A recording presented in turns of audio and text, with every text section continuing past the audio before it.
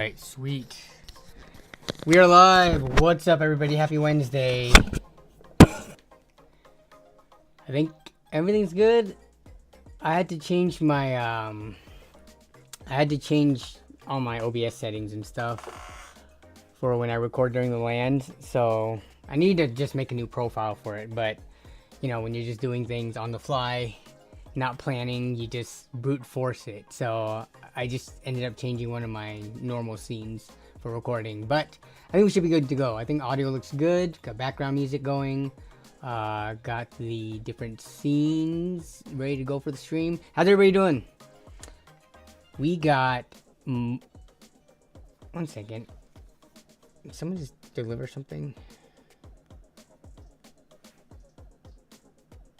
Yes, Amazon deliveries. So give me 1 second. Let me go grab these deliveries so they don't get swiped off my front door.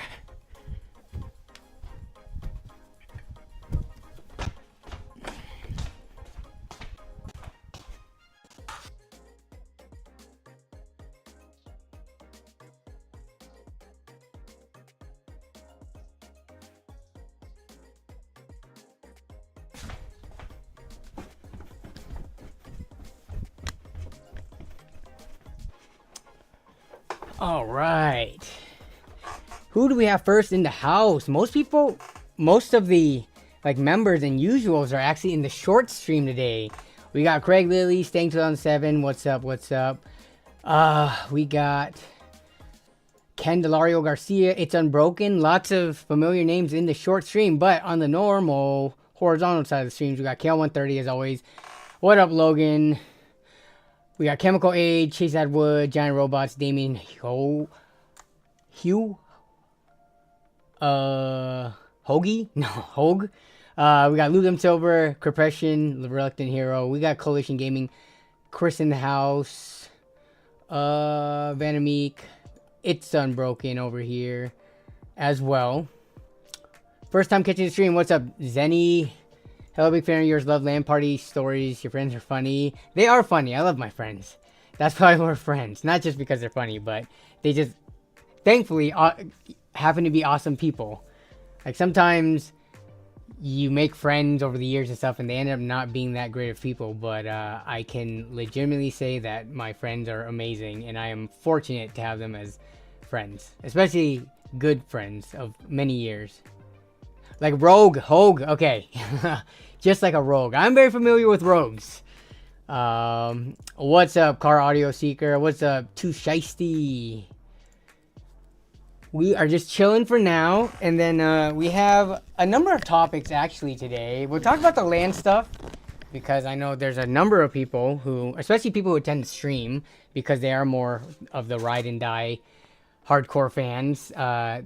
You guys like the LAN stuff, so I did put together a quick 4-minute. I'll show you what I have for the LAN party, like the whole video that I need to cut down. I posted a little preview on my channel actually. Let me see if I can go to it. But I'm just gonna give it another few minutes before we get started. Let people use the bathroom, get their drinks, get settled in. Let me see.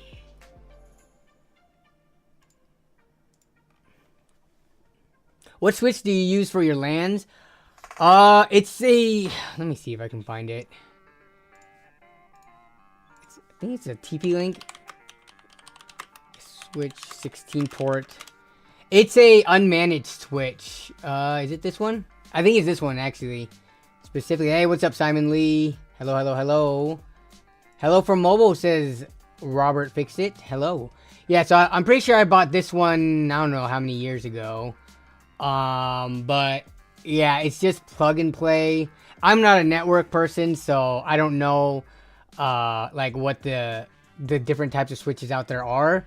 This one, literally, you plug it into the wall for power, you plug in your source or you know, the data input from wherever your router or your modem is, and then you just plug in all your other computers and it just works. There's no configuring, there's no going into settings. And then we have 16 ports because one of them is used up for the data coming in, and then, you know, the other 15 for the data being split out. So Logan, actually, I'm actually taking a Net Plus certification course. Nice. So yeah, you will likely, you might already know way more than me about networking stuff. So yeah, I'm super dumb when it comes to that. 16 port and managed switch twins. Mine is a ZXL 16 port.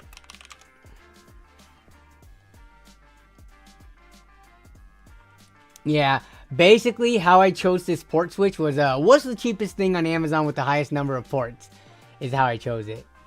So can someone explain what a switch is exactly? I can explain it in like dumb person terms, which is something, it's basically something to split your internet connection. That's how I would explain it in dumb terms. But I'm sure there's a much more technical, intelligent way to explain it. I love a good switch. Use one in my room for all junk that wants internet, says Igor. Got mine on eBay best offer like 45 bucks. Nice. I'm pretty sure I bought mine for around 45, 50 bucks new on Amazon. But yeah, I guess it's not super common for people to have switches, I would imagine. If you just need like internet, like a hardline internet connection to only a few devices in your house. This is mostly for if you have a ton of different devices that you want connected. Because I would imagine nowadays, even people on like full desktop PCs, like for convenience sake, and with how good Wi-Fi is, I would imagine a lot of people are just on Wi-Fi now. You know, Wi-Fi speeds are plenty good enough for downloads, as well as just when you're gaming, you don't even need that fast of internet.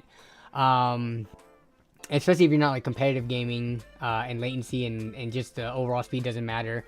But yeah, I guess not many people will probably have switches because they have no use for it. Yes, so that is a good point, Simon. So a lot of modems usually have like, you know, the one input for the line coming from your city or ISP or whatever, and then they'll usually have like anywhere from like 3 to 5 other things that you can plug into it. So yeah, you can, if that's the amount of devices that you have, then you're good to go. But for example, for me, right, my modem / router combo is in our office. So in that room, if you need to plug in multiple things, you can reach it. But then I have my setup down here in the studio where I also connect multiple computers down here. So instead of having to run like 3 or 4 lines from the office upstairs down here, off of the modem, I have it running down here to a switch in which I could split off to like, you know, my main computer, my benchmarking computer, laptop, anything I need. So it's just like a convenient way to split a connection at wherever room you are in, if it's not in the main modem room or modem / router room. Yeah.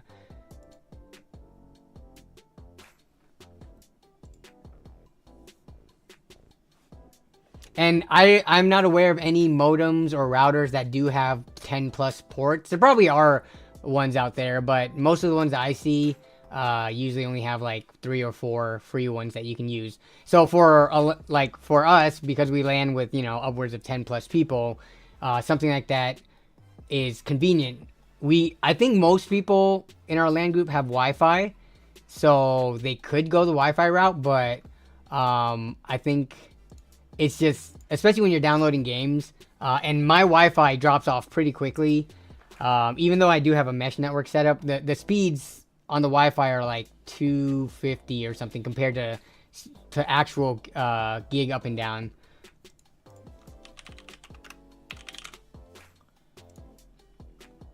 Like we can actually let's run a live speed test.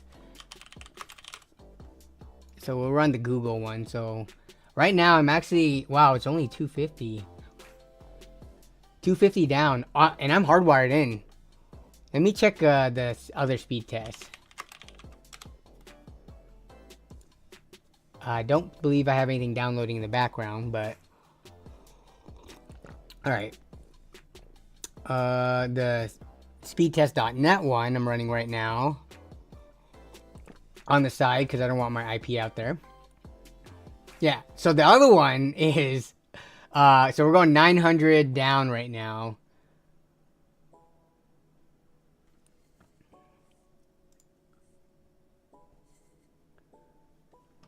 We got, and then what's the up? 900 down, 900. My up is faster than my down, which is not usually the case, and that's usually what you don't want because people download more than they upload.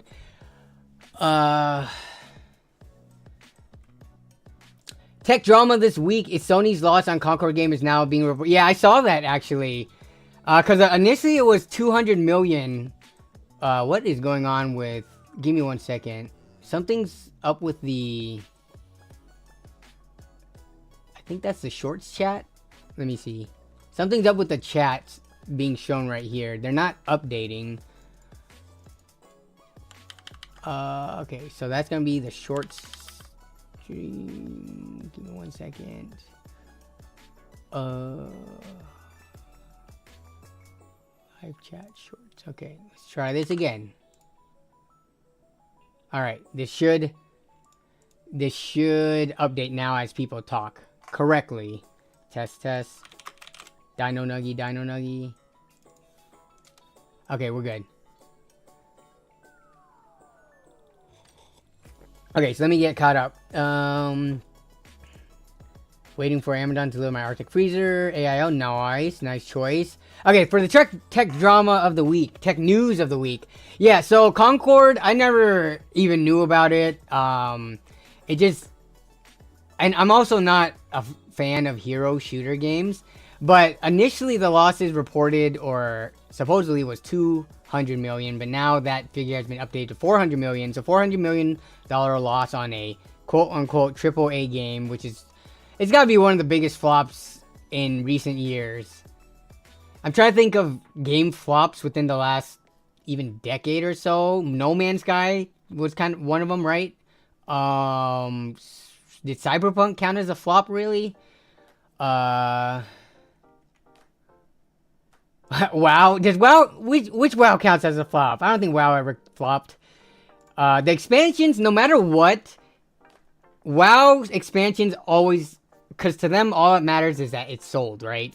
So every WoW expansion goes like this. Game releases, everyone's super hyped, saying this is like the best version of WoW. They made so many changes. Then people get bored a few months into it. Then you have the expansion slightly die off until the next one comes out, and then people are super hyped again. But yeah, I don't remember any of the WoW expansions in the last 10 years. I guess 10 years is a long span. Maybe I should have said like 5 years. Yeah, because 10 years goes back to Warlords of Draenor, I think. But yeah. Miskiff's game, did that even release to be able to count as a flop? Oh, Anthem. Okay. Anthem. Yeah, Anthem is a pretty big one. I enjoyed what I played of Anthem, honestly. I thought Anthem was really fun. I feel like they shouldn't have abandoned the game.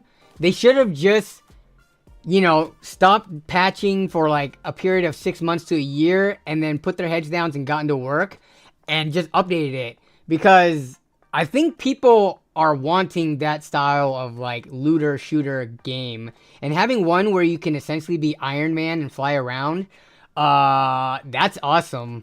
But yeah, I think the gameplay loop and the end game is what kind of killed Anthem, but that's something that you could fix. Many games have fixed issues like that, so.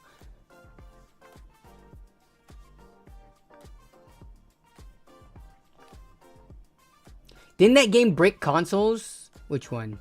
Anthem? Or was that a different one? No, I know New World bricked graphics cards. I don't know about breaking consoles though. You can still can you play Anthem still? Alright, we're about to get into it in a second here. I just want to finish off. I also want to talk about MKBHD and his drama lately because I'm curious to hear people's thoughts about that. Because as you guys probably know, I am a fan of Marquez, aka MKBHD, but he made a pretty bad business move, and he's getting a lot of flack for it. So Anthem game, was that on Steam? Can you buy this?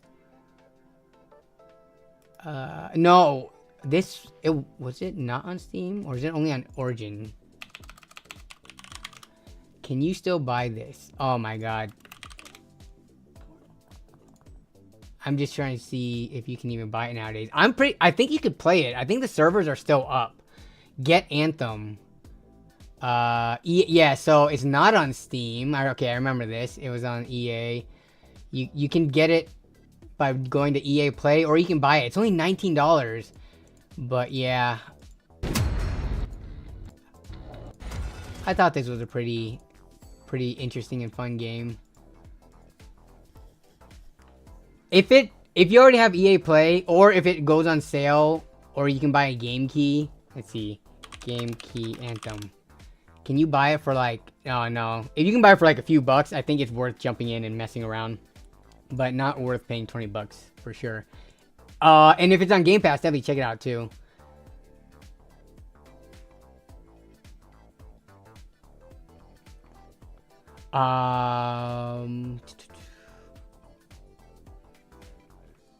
Give me 1 second. I need to expand my chats because I can only see a couple of people's chats at a time on my screen.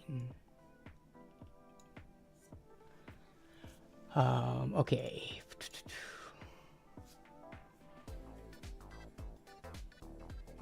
Was it a Pocky or M&M Land this time? It was... We actually had giant Pockies that we bought from Japan when we went to Japan. But what was the main snack?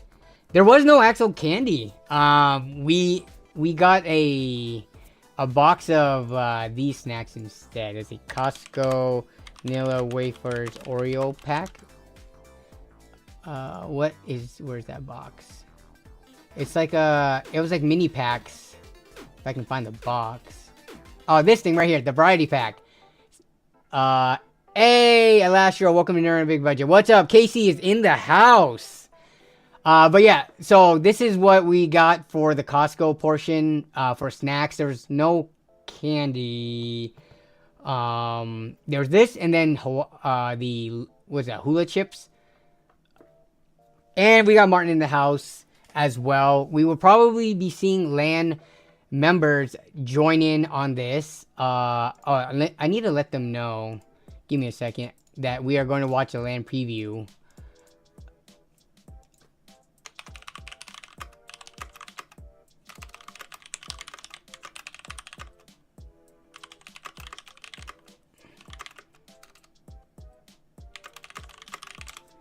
Okay, so they'll probably join in and stuff like that. But yeah, we did not get candy this time around.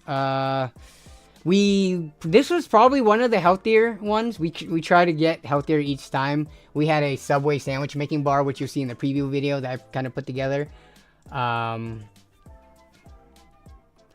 Yes, there were Dino Nuggies. You will see Dino Nuggies in the preview video too. Also, did we finish? So we did finish the Dino Nuggies and the Tots this time around.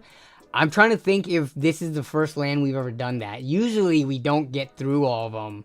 But literally on the last day for breakfast, brunch-ish time, we just dumped the rest of them into the air fryers, and we did empty the full bag of Costco Dino, or box of Costco Dino Nuggies, and the 2 bag of tater tot coins. Nilla wafers are low-key pretty legit. They went very fast. The Nutter Butters, Nilla wafers, Ritz crackers went first. The Chip Ahoys and the Oreo mini Oreos were actually surprisingly the ones that did not get eaten up, and now I'm stuck with them, finishing them up.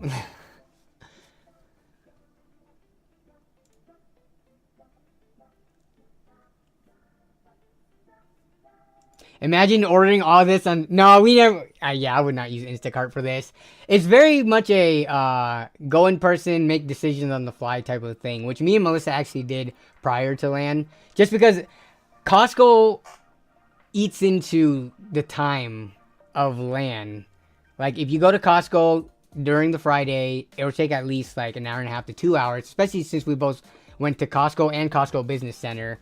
I just don't want it eating into LAN time if possible. So me and Melissa took care of the Costco stuff, and you know, I messaged the group about like the food stuff.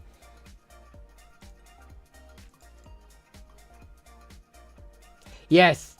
And then of course people always leave stuff behind in every LAN. So what we do is we take a picture and post it to the Discord, and then people claim their items. Martin left some of his shower stuff. Yeah.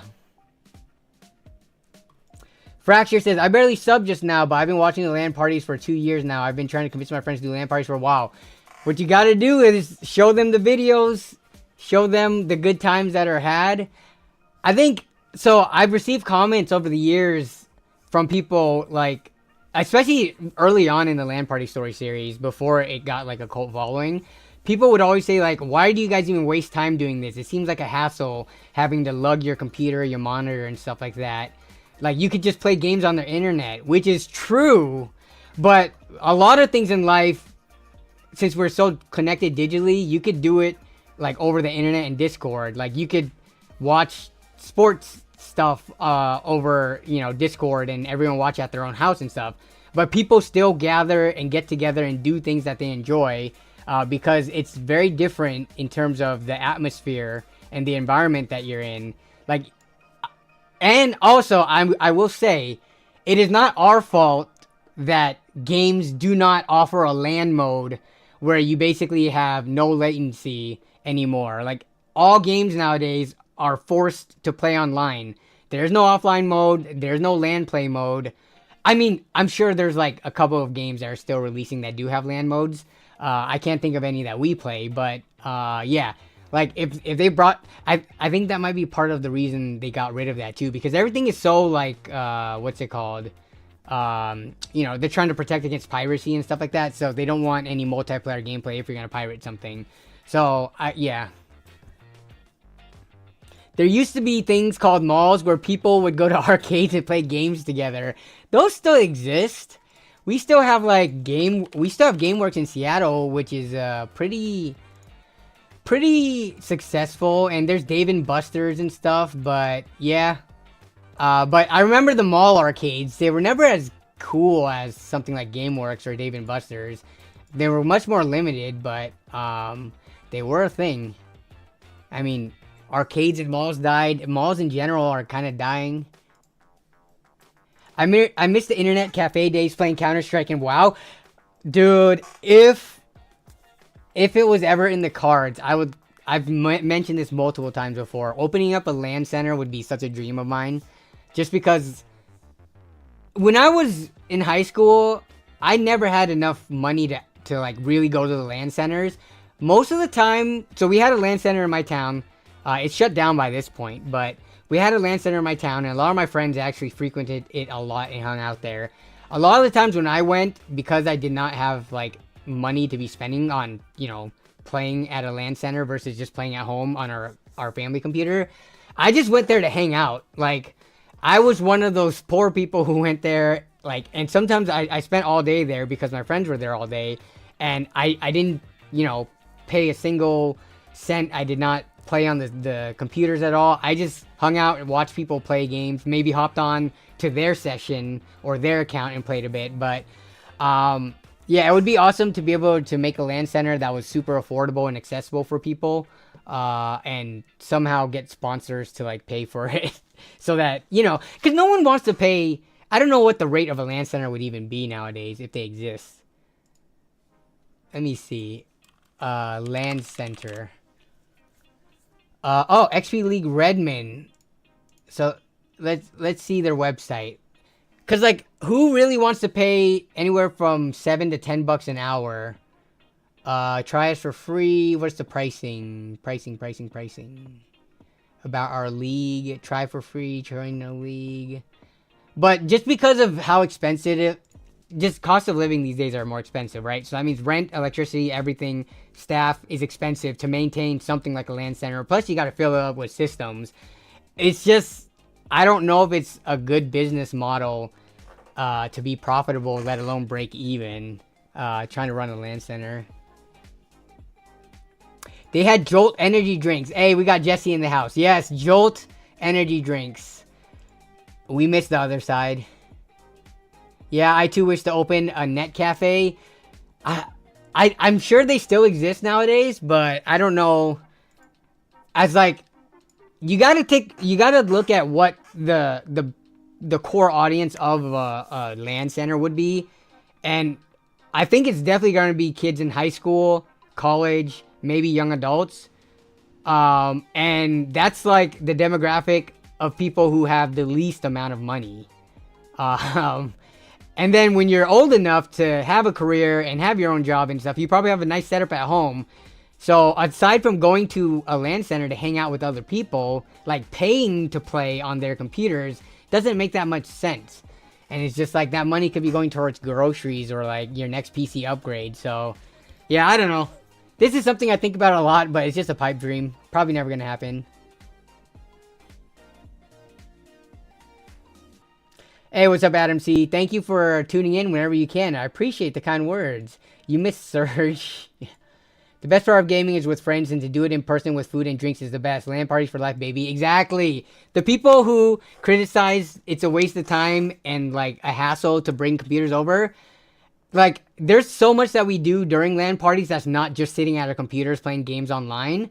There's a lot of just there's so many side conversations, as you guys probably see from the LAN party story videos. Whenever I'm just walking through or just going to the kitchen area or some other parts of the house, there's always people hanging out somewhere, just having side conversations, talking. Like we all eat together as a group. We cook together. People help like chop veggies and stuff. So yeah, it's definitely an experience. It's not just sitting playing online games in the same room together.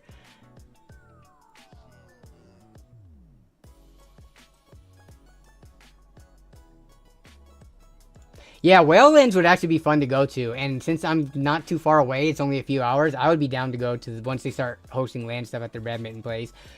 We used to do GTA 2, D2, Counter-Strike, and Heroes of Might and Mordor, right? No, Heroes of Might and Magic. What am I saying? Mordor. 3 at the Internet Cafe. GTA 2. GTA 2 did not have an online mode, right? That's GTA 2 is the top-down 2D one. I played GTA 2. I'm not aware that it had online. I'm pretty sure it didn't, because GTA didn't have online until 4, I believe. Off topic, but I get so upset that I never was able to go to midnight launch parties. I lived about an hour from near cities that had a GameStop. I don't think I've ever been to a midnight launch party when it comes to like a game release. I have bought games the day of, but dude, okay, my mom was super strict, okay, when we were in middle school and high school. There was no way she was going to take us to the game store at midnight to pick up a game.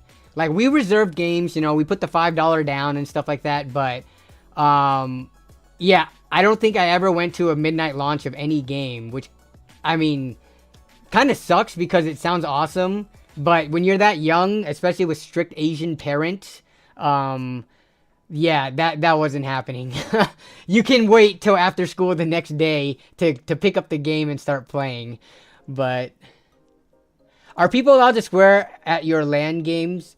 Yeah, people are allowed to swear. I mean, when I first did the LAN party story videos, I tried to like omit the swearing just because like I was like, oh, I don't want YouTube to demonetize me and stuff like that. But nowadays it's actually fine. Like they don't demonetize for swearing. Yeah, so there's no rules. Guess you'll be strict when she asks for a walker. Exactly, Jason.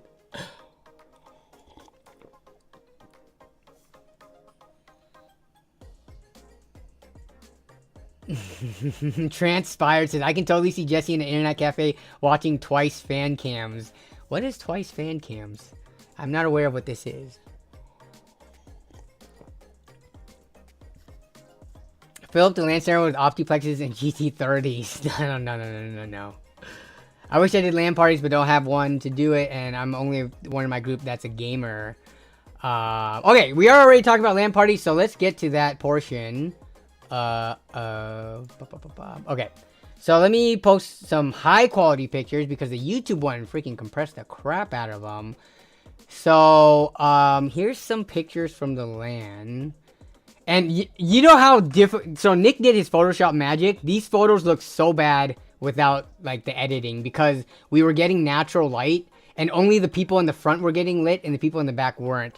So we were trying to figure out the different ways to position ourselves in pose for this photo. So here's the first one we took, and then I found that there was actually a good corner that we could get. So this kind of shows you everyone who attended. We had 11 people out of 15. My count was off. I thought we had 16 total and 12 were coming, but it was I was one off on both of them. So this LAN, we had 11 attendees out of our core group of 15 that attended, which I think at max we've ever had 14 because we've had people had to stay home for whatever reason.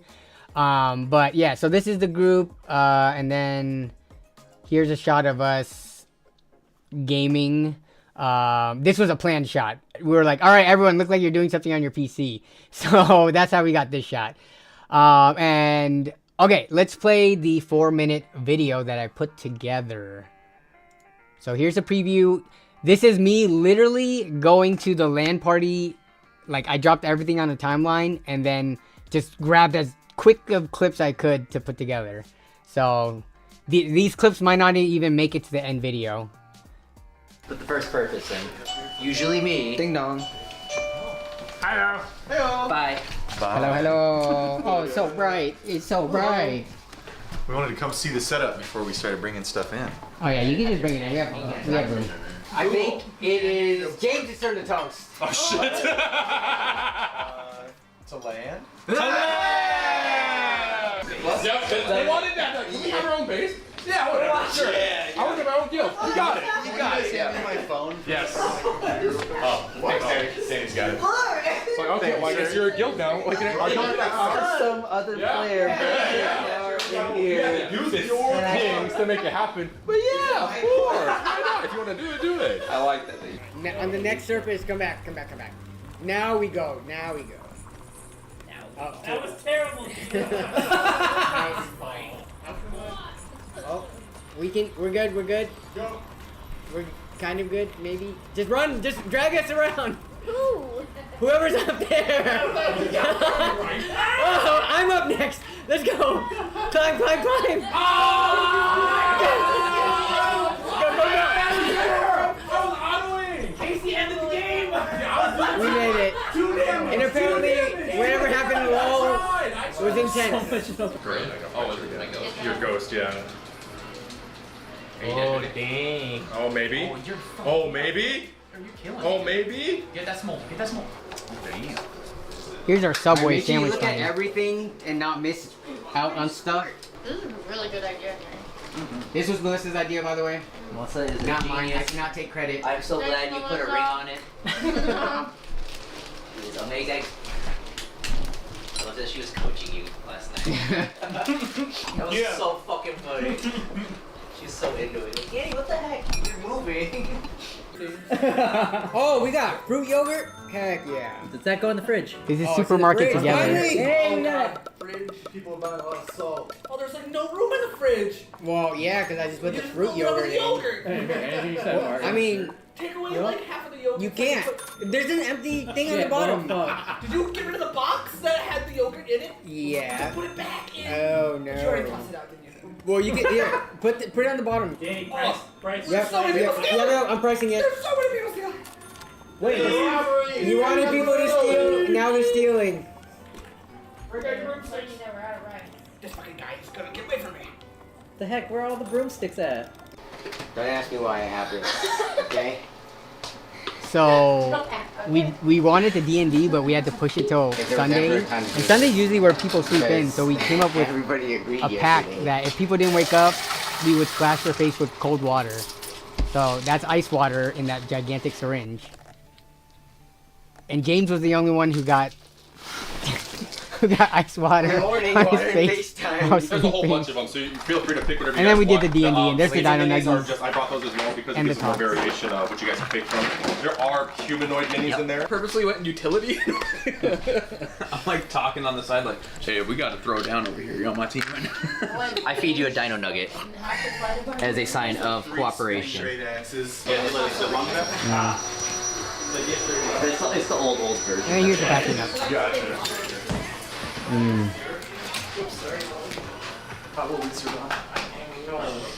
Hi, Nick. Waving man. Alright, see you Nick. Thank you for having us, Melissa. Yes, thank you, Melissa.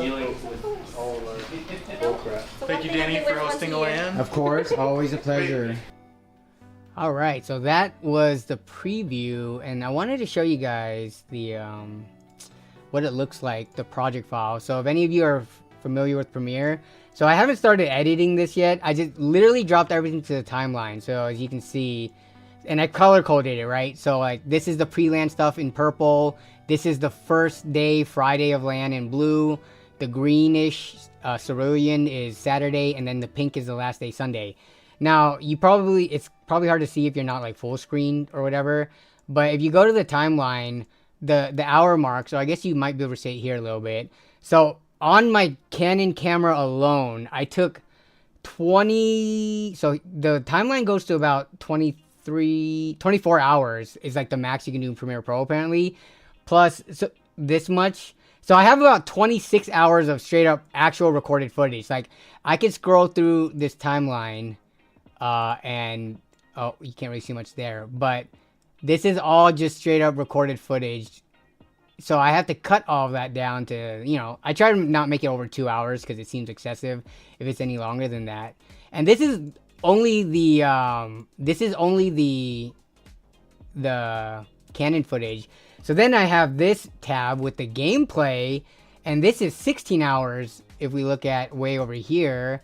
So this has a bunch of actual full session recordings as well as replays of, like, you know, I set the OBS to capture the last 2 minutes if I press the replay or capture button. So if something funny happens, then I could press it and then I have like a funny moment. So that's, and then I also recorded it in double resolution so that I have full resolution of the webcam and the normal cam. So yeah, that's what the project file is looking like. It is a monstrosity as always. I basically review all of this and then cut it down to a watchable length. Because, you know, not everything, like sometimes the camera is just sitting here at the LAN. Like here, let me play an example. Hand tossed again. Alright, so we're talking about pizza here. An hour? Viger, if you can, is the main target. Oh my god, I got fucking destroyed. So sometimes I just set the camera at LAN. Yeah.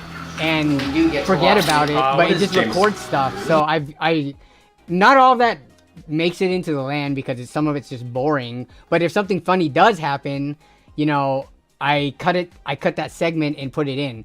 So the reason I record 26 hours is because the more you record, the more you can get highlight moments and just fun interactions and stuff. If you're not constantly recording, something funny could happen and it doesn't work that way to turn on the camera after the moment has passed.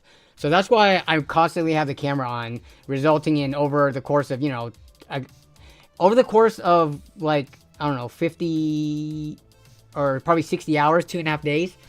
I have the camera on for like 20 plus hours. So yeah.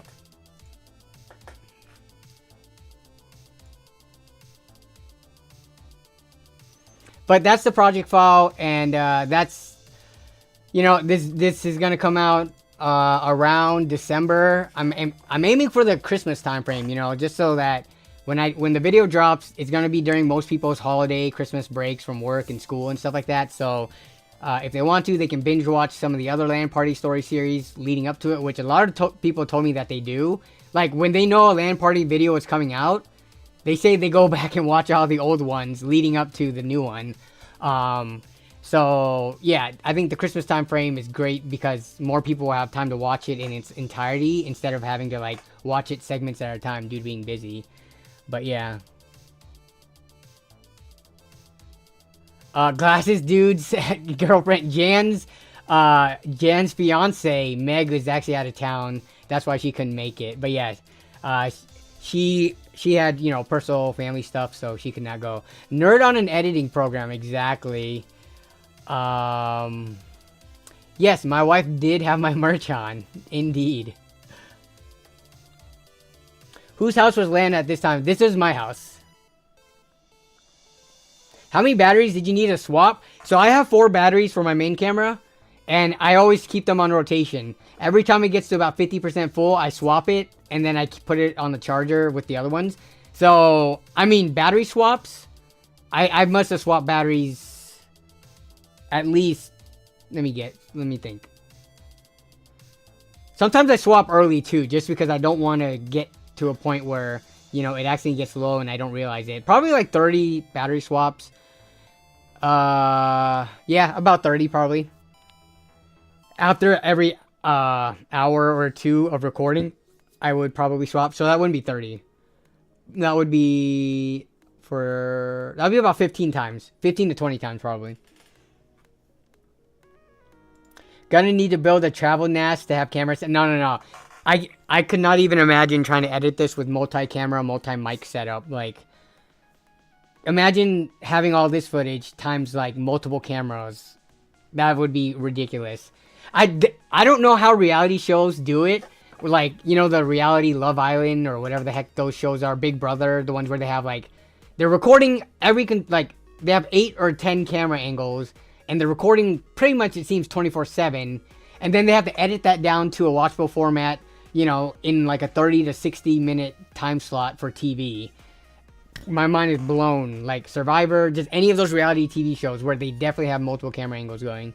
Obviously, they probably have multiple editors and stuff like that. And I'm doing this as a solo person, but still. Yeah. Are you guys sticking to the fall and spring lands and phasing out of summer lands? Yeah, so the lands, we try to split them 6 months apart so that there's never too little or big of a gap.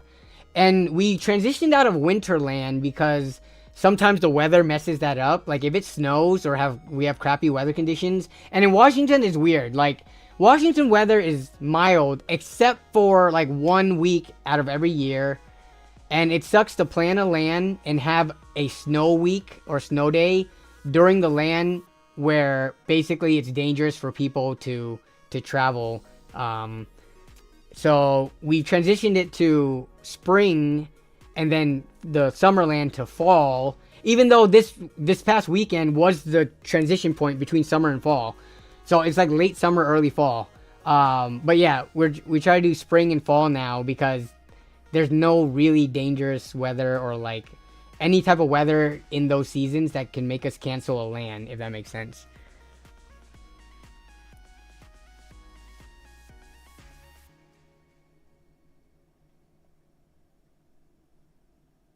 Do we ever do 3-day weekend LAN stuff? What do you mean by that? Like, start on, like, when there's, like, a holiday on either the Friday or Monday, like Labor Day weekend or something? We have, every time we LAN, I feel like everyone says it would be great to extend the LAN another day. So, like, time it during, like, I don't know, 4th of July weekend or time it during Labor Day weekend or something like that. I think that would be really fun, and having an extra day would be awesome because the way that the LAN is set up now, right, is like when we LAN, the LAN, like people arrive midway through Friday. I mean, there's the early crew that's usually like me, Jan, Casey. We go and set up early usually, but the LAN isn't in full swing until like middle of the day to evening on Friday. So that's not a full day of LANing. And then you get the full day Saturday. And then Sunday, people usually leave in the afternoon or early afternoon. So that's only a half day as well. So you get 2 half days and 1 full day. A 3-day weekend would be awesome to have a second full LAN day. And we've talked about it, but we have not implemented it yet just because, you know, a lot of us are like married. Some of us, only one of us so far have kids. But I think committing that much time, I don't think enough people would be on board for it to make it worth it so far. I'll bring it up, but yeah, it basically, there has to be enough people that would warrant to do a 3rd day and to time it on a holiday weekend where, you know, people might want to plan other stuff with their significant others or families and stuff like that, right? Like, especially like Labor Day wouldn't work because that weekend is PAX weekend, and there's a few of us that go to PAX, so like that weekend's off. Not everyone gets MLK Day off, not everyone gets Veterans Day off, so we would have to like really plan for that. Veterans Day's coming up, yeah, but not everyone gets Veterans Day off. People who work more retail like jobs, I don't believe it. If you have like a white collar job or like a government or school job, you get Veterans Day off, but not everyone gets that. So yeah, and MLK weekend is when you come to Texas, so keep that free. You know what's funny? That MLK weekend while you're in school is nice because I don't know of any, like all throughout school from, you know, K through even college, MLK you got off. But as soon as I entered the workforce, my career did not have MLK Day off. They did not have Veterans Day off. They had Memorial Day. It was like Memorial Day, 4th of July, Labor Day, and then like a big holiday weekend. But yeah, I do not get Veterans Day off, says Simon. Yeah. And then split, man, if everyone had a 4090 setup, would your electricity handle it? If everyone had a 4090 setup, it would. Even with the 4090 system, you can still fit, because it's 1800, right? For a 15 amp, let me see, 15 amp breaker max watts. So I think it's 15 amp breaker, oh no, it's 1440. I think even with the 4090 setup, ooh, if the system pulls over 500, that would be the issue.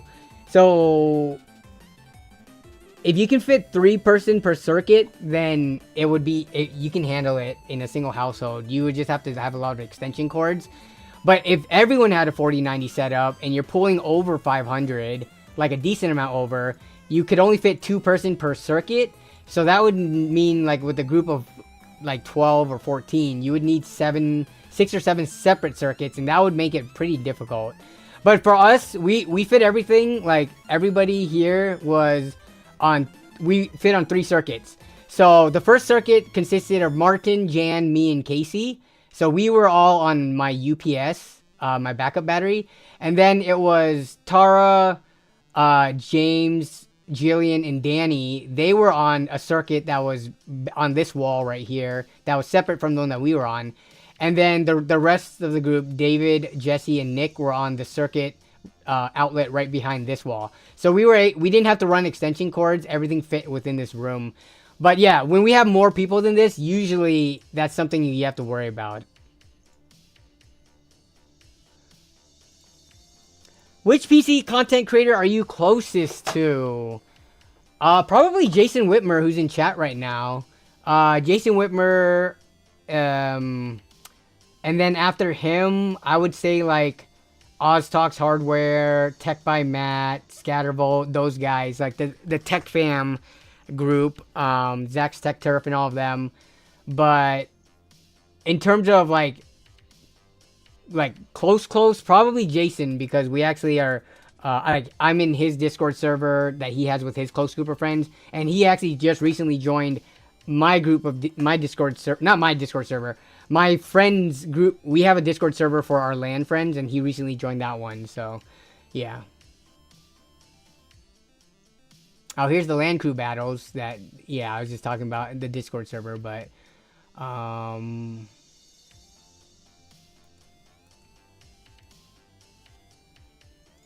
extension cords cause efficiency loss. Example, plug a space heater into it and the space heater would trip the breaker every time.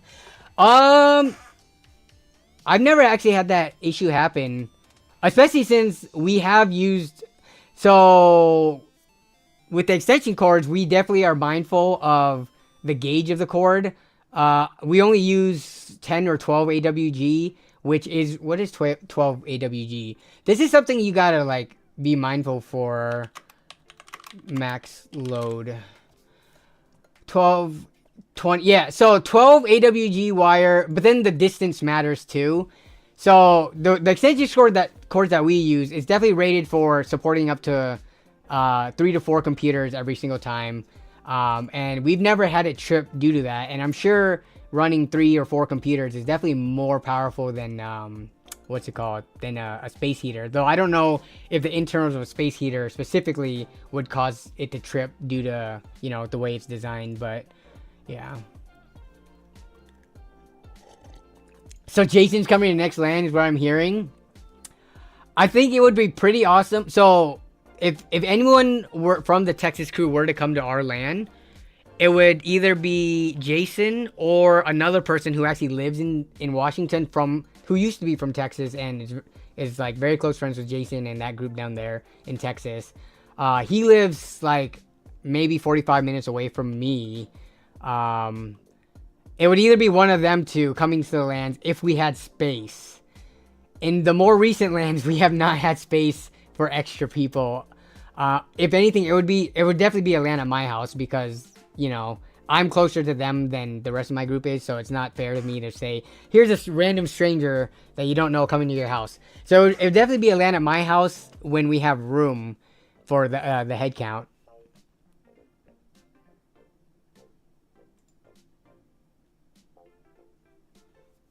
But yeah, I think that would be really fun.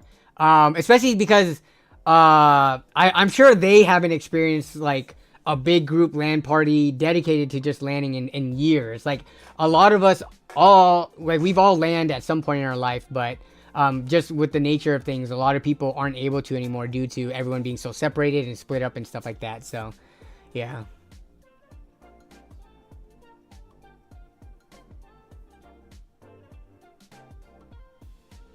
What graphics card would I say pair with the AMD Ryzen 5800X? Honestly, like how much money do you have? That's the biggest question. A lot of people are like, what could you pair with that? I'm like, oh, you could probably take a 4070 Super, you know, go up that far with it and be fine. And then they're like, I only have $300 to spend. Like, it's hard to answer this question without a budget.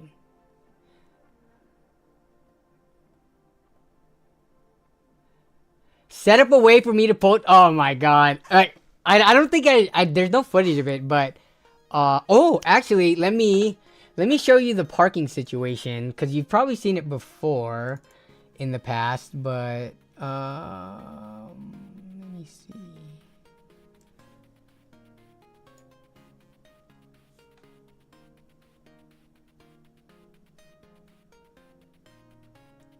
Do I have one with all the cars loaded? Yeah, so this is when the last of the group showed up and they parked on the outside of the street, but you probably can't really see it. But so my driveway is only meant to fit 2 cars, but for the LANs we put 3 cars in it, and basically the doors can't open all the way.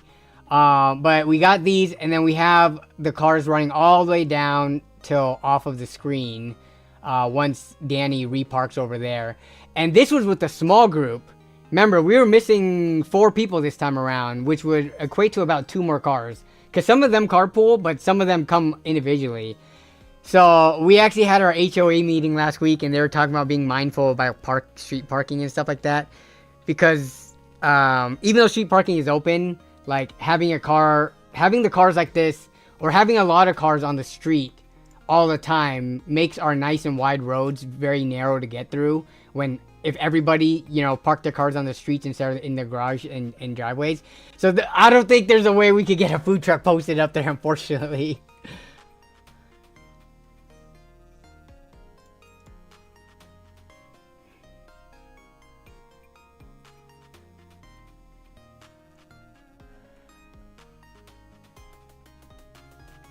My budget is $300. $300, you are looking at 3070 Ti, possibly 6800. So yeah, you're looking at like, you can easily, for $300, you can easily get a 6700 XT, 6750 XT. Those usually go for like $250. RTX 3070s are usually around $250 to $275. It depends if you look on eBay or your local market. But so you're looking in that range, right? If you're lucky, you might be able to push a 3070 Ti. Let me take a look real quick, because now that we've talked enough about LAN, we can still talk about LAN, but I also want to talk about other things as well. And if people have tech questions, I definitely want to answer them.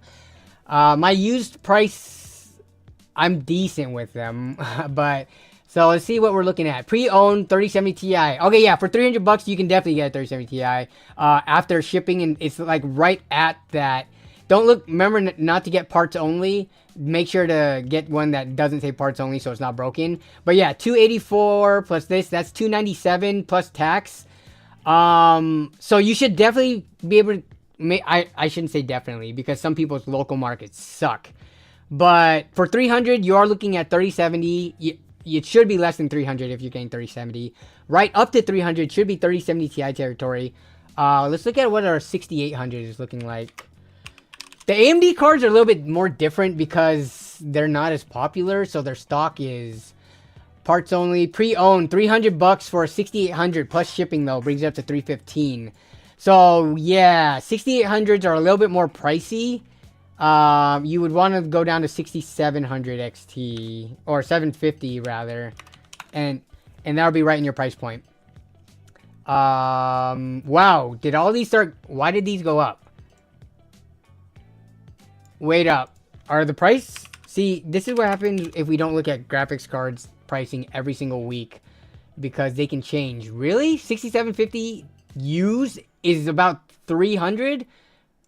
They were down to like 270 brand new. Now this, granted, this was months ago, but yeah, see, you can buy that for brand new for almost the same price. So that doesn't make sense to me. It looks like all the prices have kind of gone up, and this is what happens when stock gets low, and they phase out. If both companies are preparing to launch their next series of graphics cards, that makes these 2 generations old, and you're gonna start to run into supply issues, kind of like what's going on with the 5800 X3D right now, and 7800 X3D, because the next generation actually kind of flopped. Everyone is rushing to buy those, and there's not enough stock, so the prices go up. But that's what you're kind of want to be looking at. Danny, I'm linking 2 spreadsheets for you tracking. Ooh, eBay prices. Let's take a look at that. Are you putting in stream submissions by chance? Okay. Let me actually pin this.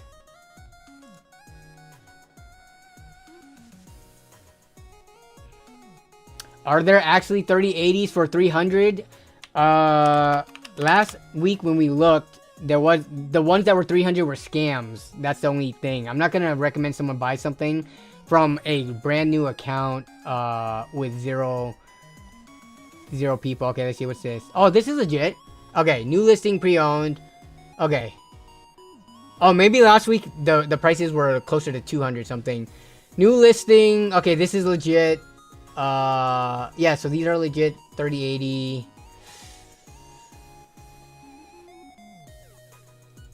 Honestly, between those two, even though the VRAM is 10 gigabytes, I don't think 10 gigabyte VRAM is really an issue. You're talking about $300 card here. Especially if you're buying used, you're getting so much more performance out of the card itself. There's more to the card than VRAM, and I think I would, just for the long-term resale value as well, and if you need any of NVIDIA specific things like their RTX voice and their suite of, like, the streaming software is actually very useful for me, but I know most people aren't streamers. But the noise cancellation I think would be pretty nice if you play online a lot and you have a noisy background. But yeah, so if you're looking at the same price between 3080 and 6800 for about 300, this is free shipping too. I would probably go 3080 personally, because in a year or two when you upgrade and sell it, I'm confident the RTX 3080 is going to hold its value better than the 6800.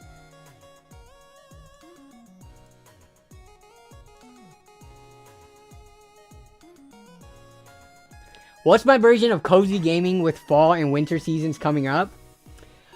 Honestly, for me, cozy gaming is dropping tons of hours into survival loot and shoot games. Not loot and shoot, sorry. Survival gathering, hunter gathering games. So like Valheim, Pal World.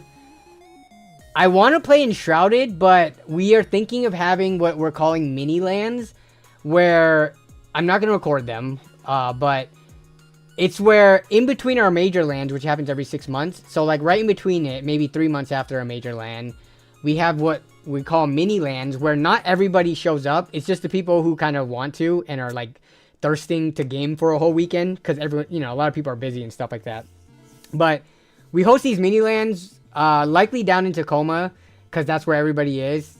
It doesn't make sense to have everyone come up to me for a mini land, because that's just a really far drive. I'm just one person, whereas they're multiple. But we meet up at someone's house, and we just LAN all weekend on one game, though. Because, like, with the major LANs, we play a bunch of different games, but we can't really progress in a lot of these different fun co-op games, right? Like Valheim. We did Valheim one time at LAN, but that took up quite a bit of time, and only a portion of the group played it. So what the mini lands are made for is like games like Power World, Valheim, Enshrouded, where you have a group of anywhere from like 3 to 6 people who just meet at someone's house and just play like Enshrouded all weekend and make a lot of progress in it. And it's treated similar to a LAN in that you're just gaming and then you order food or cook food, whatever. It's just with a smaller group though. So we're gonna try that out hopefully this coming December/January. And I want to play Enshrouded, but we'll vote on whatever the game is. But for me, that's what cozy gaming is. Like, just getting lost in a game literally for like a day or two without interruption of real life. And I enjoy doing that because any other game than those types of games, you're only really playing for sessions of like an hour or two, maybe 3 at a time. And then you shut off, you do whatever your real life asks of you, and then you come back whenever you have a chance. But yeah, for me, cozy gaming is just having long game sessions, playing the same game, and straight up dropping, you know, like 10 hours, 12 hours a day. Which, into a single game, I have not been able to do that. Okay, I lie. I probably did that during WoW Classic 2019. When WoW Classic came out during the weekends when I wasn't working, I was definitely dropping 12 to 14 hours into it. I went no life on that. How's Baldur's Gate? Seen snippets of it being played at your LAN parties? So a lot of people... Baldur's Gate is a very popular game. It is a very successful game. I don't know if they won Game of the Year or anything like that, or like major awards. I'm pretty sure they won some awards, but I'm not into turn-based games. Like, if I'm playing a game, single player I think is fine, turn-based games, but when you're doing multiplayer, oh my goodness, turn-based multiplayer, like Baldur's Gate, Civ, when you have a group of people and you have to take time to think each person a turn, I don't have the patience for that, unfortunately. But a lot of people do play Baldur's Gate at our LANs, and I would not want to mini land that. Please, I would never want to mini land that. I want something that's like real-time combat. Like, no turn-based, please. There is a mod for Baldur's Gate 3 to make it live attacks. Are any of y'all aware of that? Anyone who plays Baldur's Gate a lot, have any of you tried that?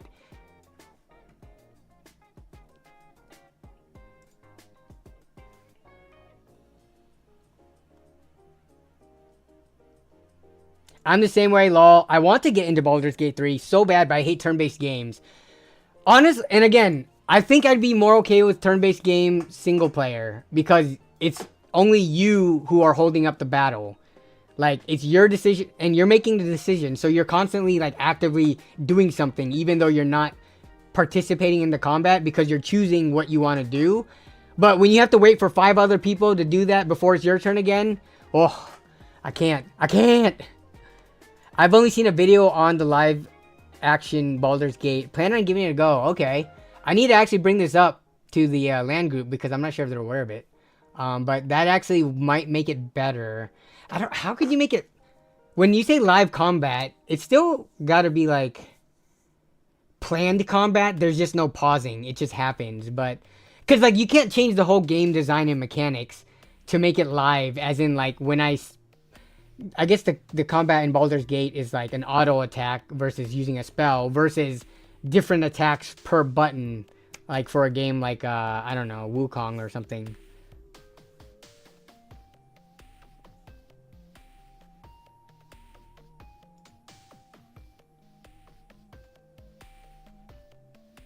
I think they had a third person for what now? It's still top-down from what I saw. Okay, so then it would be more like Diablo, right? Where it's an isometric view, top-down-ish view. But you're able to activate your spells on command instead of waiting turns. So... you just go for attacks. Okay, give me a second. Oh... okay, so we do bring up Tim during the LAN, but... did I not talk about this during the previous streams? So, unfortunately, Tim passed away. He actually passed away earlier this year. For those of you who don't know, Tim is the neighborhood cat that me and Melissa grew really close to, actually. He stopped by every single day, and we would pet him and play with him and stuff like that. He was, like, the nicest, coolest cat, too. And he was in the previous LAN party that was at my house. And, all of a sudden he stopped showing up at our house. And I did have his owner's phone number because he had a caller that had their number on it. So I had texted them in the past when I thought he was a lost cat early on when I met him. So I had their number in my phone and I texted them and they're like, oh no, we live, you know, right on the other side of you guys in the opposite neighborhood. So then when we didn't see Tim for the longest time, we were getting worried, but we're just thinking, oh, maybe he got in trouble and his you know, his owners grounded him and didn't let him out. Because honestly, it's kind of dangerous for cats to be let outside. Like, they could catch a number of whatever diseases from wild animals and get fleas. They could get hit by cars. They could get hit by or get, you know, eaten by wild animals or just whatever. So it's pretty dangerous to let your pets, like, off leash, or I guess cats. People don't really do that with dogs, I feel. But with cats, you know, outdoor cats, I feel are very dangerous. But he was an older cat, though. So he passed away kind of like of natural causes of being old and just getting sick. So unfortunately, he was not a part of this stream, but I am planning on doing a tribute portion of the stream to Tim, and we did toast to him during our toast before, you know, we officially kicked off LAN. So yeah, it sucks because like I loved that cat. He was so awesome. Jason, when he came to visit in Washington, Jason even met Tim and was able to pick him up and stuff. He was such a chill cat. So yeah, having outdoor cats is pretty dumb in my opinion, but I did appreciate the time that we had with Tim in our neighborhood. So yeah, unfortunately, Tim is not here anymore. Though we do get some cat footage when we go to James's and Jan's house because they both have 2 cats. And we can't get a cat at my house, unfortunately, because Melissa is super allergic. Like, yeah, I think her allergies have gotten worse. Even with taking medication and allergy meds and stuff like that, it's not a good time for her. So, and I'm not really a fan of hypoallergenic cats. Like, if I want a cat, I want it to be like a specific kind that I find to be very cute and like my cat, you know? And I've not seen a hypoallergenic cat where I'm like, I want that to be my cat. So, yeah. The only cats I see now are from visitation or babysitting.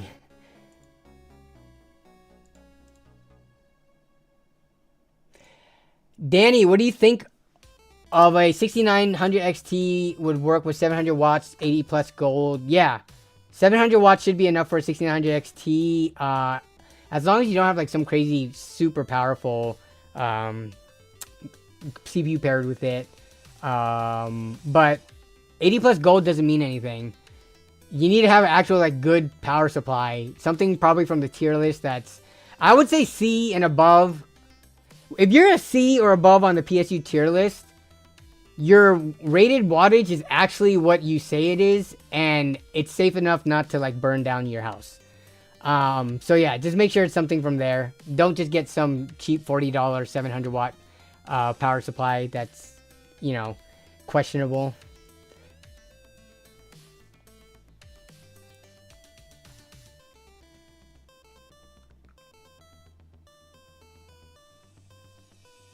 Yeah, get a hairless cat. Well, let's see what those look like because I'm not sure if I'm a fan of that. Hypoallergenic cat. Hypoallergenic cat. No, hairless cats are not hypoallergenic. They probably help though. Allergens from skin, saliva, and urine. That makes sense.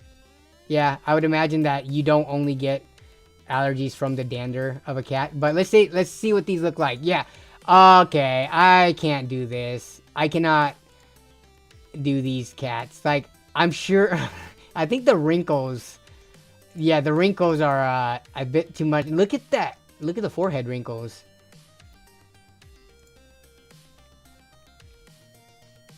Is there a better picture? Oh, some of these are cute though. Some of these seem, oh, look, but that wrinkle.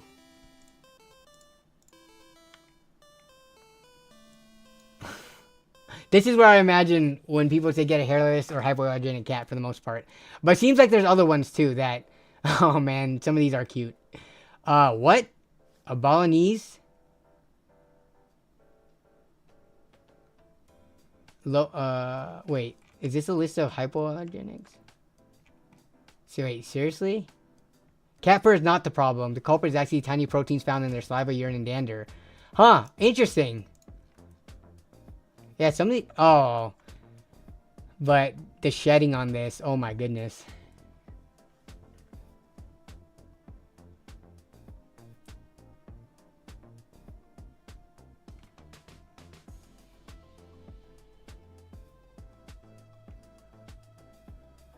Gotta get caught up on chat. Yorkies are hypoallergenic.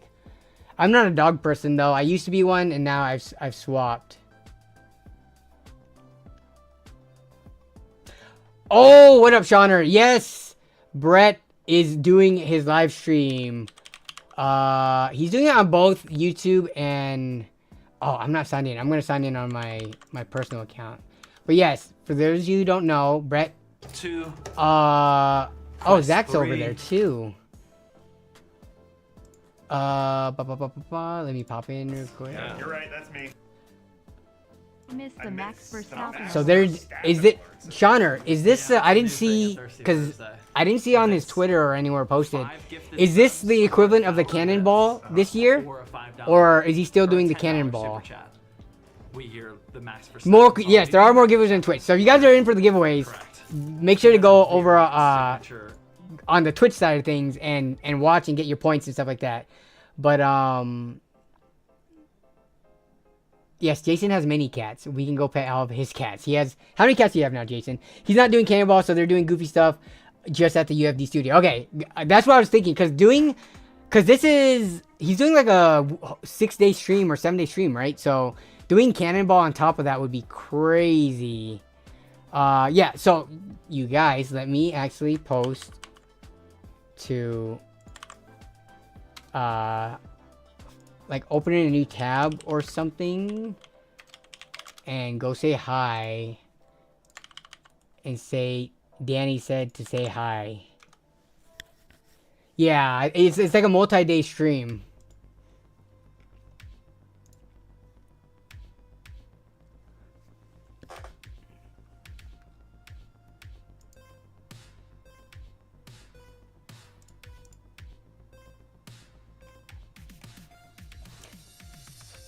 I wonder how much he's been able to raise. Let's see what he's at right now. Let me see.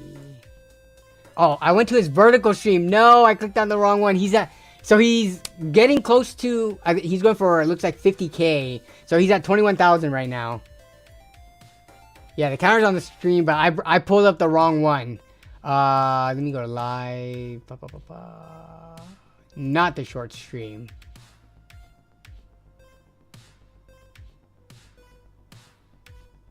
Yeah.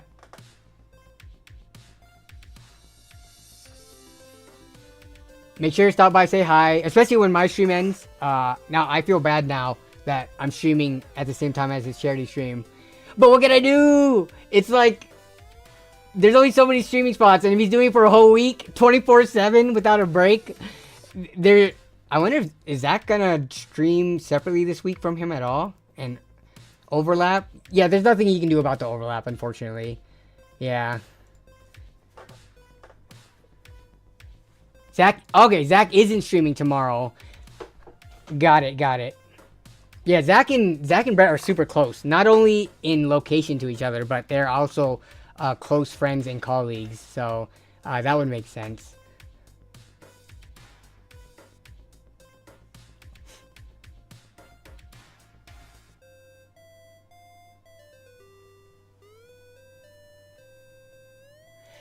Fracture says, oh my god, I just been watching the stream on the vertical version. Well, were you, if it's so much better, were you watching on your phone or were you watching on like a desktop? If you're watching on your phone, I would feel the vertical might be better. But if you're watching on the desktop, yeah, watching desktop vertical stream would be exactly what I just showed. And that looks kind of weird. Oh yeah, no worries, Shauner. Thanks for stopping by and saying hi. Always good to see you. Have a good night, dude.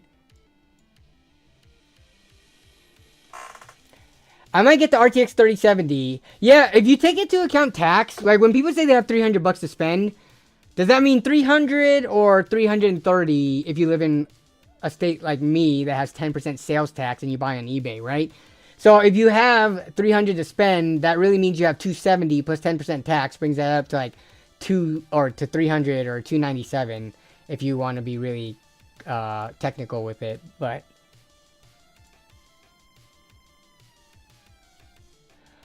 Hogue says, I have a question. I have a 2700X and a dedicated streaming PC. I also got a 5600X laying around. Okay. For 1440p streaming, should I switch to 5600X or keep... If you have a 5600X laying around, yes, definitely upgrade that. That's a big performance increase. And if you're just streaming, I don't think you're going to use all the cores of the 2700X versus the more powerful but less cores and threads in a 5600X. I would go to 5600X. Yo, what's up, Carlos?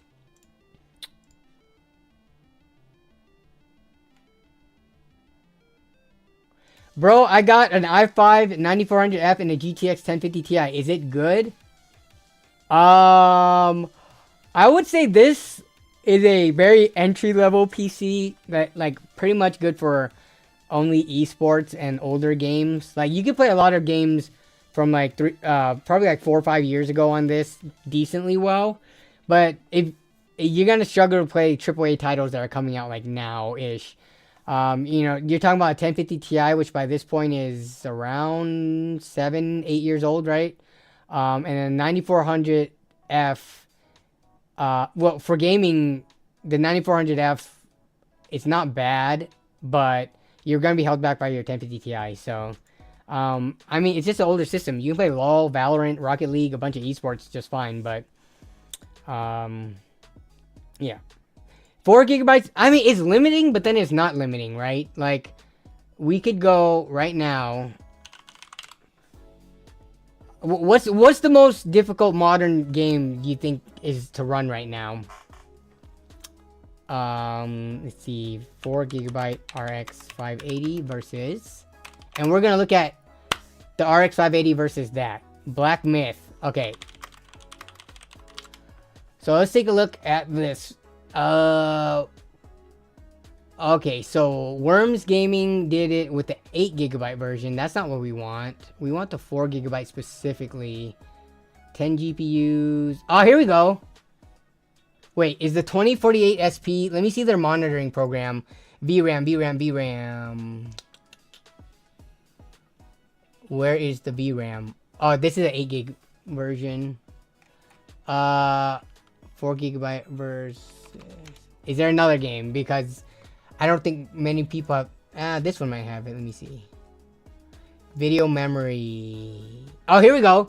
So this is one with the RX 580 4 gig. Because as you can see, the VRAM's capped out under 4. Okay, so this is low settings. But then once you turn on FSR, I think it improves it pretty nicely. Now, I would say this isn't an issue of the 4 gigabytes of VRAM as much as it is the RX 580's age. I wish there was a better way to show, like, what's the most modern graphics card with only 4 gigabytes of VRAM that has, like, more IPC and a stronger core, but still limited to 4 gigabytes. Low settings, and with frame generation... So here's what so this is it with the kitchen sink thrown at it, right? We're talking low settings, FSR, and frame generation. Now, we're talking about a 2024 AAA game that isn't the most optimized, right? This is coming from a relatively newish game studio, I guess you could say. Even though I think everyone in the game studio worked previously at other, worked elsewhere. So there's probably veterans on their team. But you're talking about a game that just released this year, is difficult to run even on modern hardware. And you're comparing it to, what year did the RX 580? Actually, you gotta look at the RX 480, because the 580 was pretty much a refresh. So you're looking at an 8-year-old graphics card with 4 gigabytes of VRAM, even though you're using technologies like frame generation and FSR, you're able to play the game at least at, you know, decent, what, average of 60 FPS, 66 FPS. Yeah, see, the 6GB 3050 is kind of hard because that 2GB of VRAM could make a difference for the games that struggle with it. But what I'm trying to say is, yeah, what I'm trying to say is, here's medium settings, which is lower, but you're talking about an 8-year-old graphics card here. You know how much computer tech has advanced since 2016?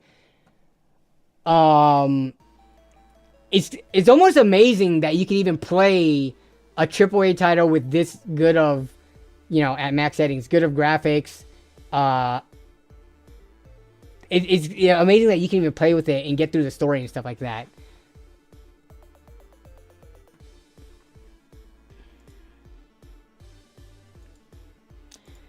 Do $70 is good price for Sapphire RX 580 8GB used? No. A used 8GB, I would say like $50 is what you should aim for. Let me look on eBay real quick. Because the price is so low on this, even when you change 10 or $20, which doesn't seem like a lot of money, it does make a pretty big difference when you're on a super low budget.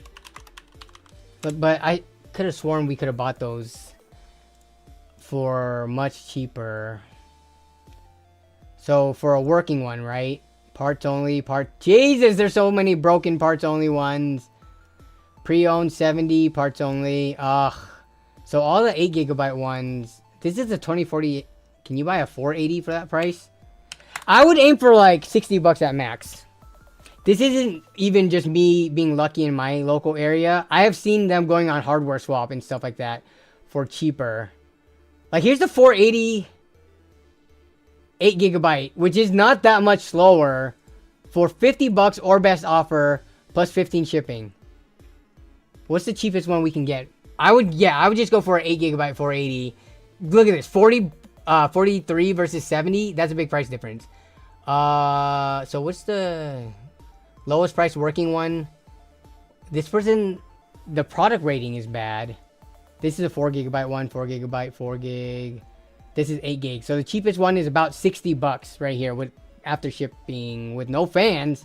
Ugh, you're killing me. Here's one for like $62. That's 4GB. So here's 50, but then you gotta pay for shipping. I would look in your local area or hardware swap. You should be able to snag one for like $60 out the door. Yeah, the RX 580, that's the issue. The RX 580 is a legendary card that still stays relevant because no company out there is releasing any new graphics card for even remotely close to $100 or even $150. No company is even releasing anything close to $200. The last time they did that, they got a bunch of flack. What was the MSRP for the 3050 and the 6500 XT? Yeah, so $200 the last time was the 6500 XT, but when you put it in like PCIe Gen 3, it performed worse than like an RX 580 8GB, right? So like, how are you gonna sell something at $200 that in some situations performed worse than a used $60 8GB 580? And then what was the RTX 3050 MSRP again? I forgot. $250.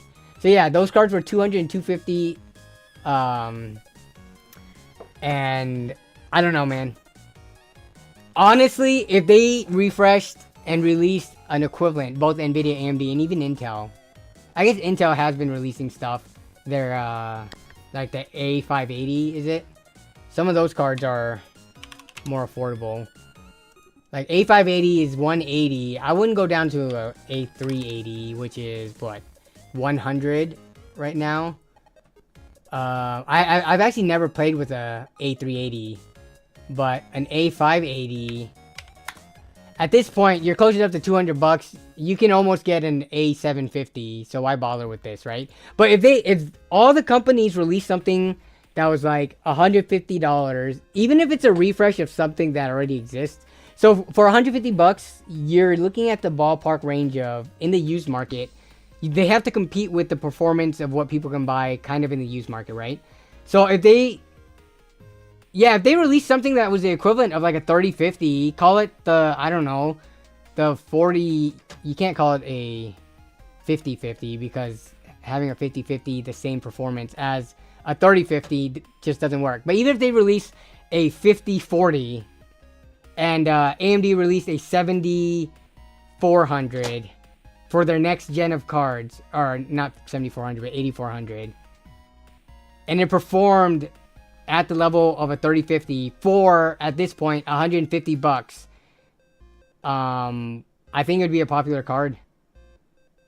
You know, the reviewers are gonna slam them saying, you can buy a used card for that, you can buy a 3050 used for cheaper than this, which is the equivalent. But there's so many people out there who buy only brand new stuff, so the used market doesn't even pertain to them. And just having anything that is remotely that you can remotely game on under $200, I think there's a huge market for that, but probably not as good margins. Yeah, the 6500 XT was so bad it was a joke. Yeah. Thoughts on the RX 5500 XT?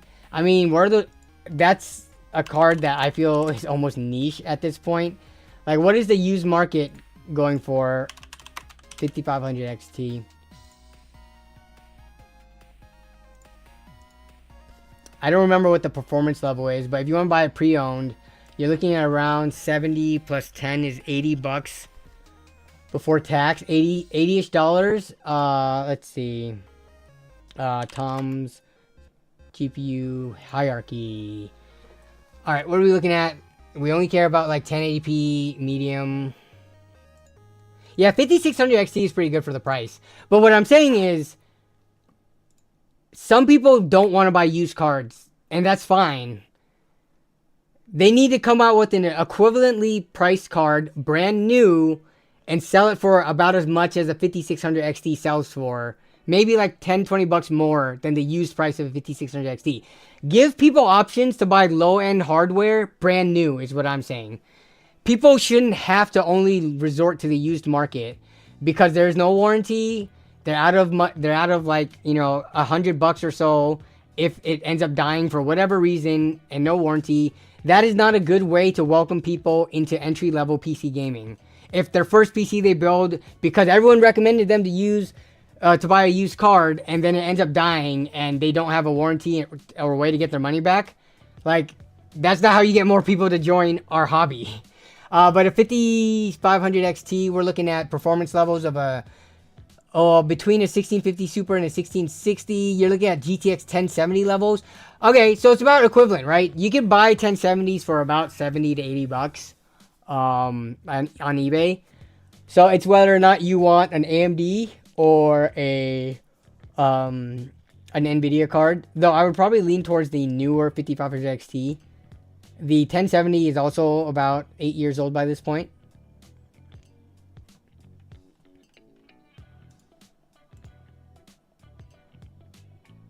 That's what the GT 1030 was supposed to be, but that was just way too... what was the GT 1030 MSRP? MSRP...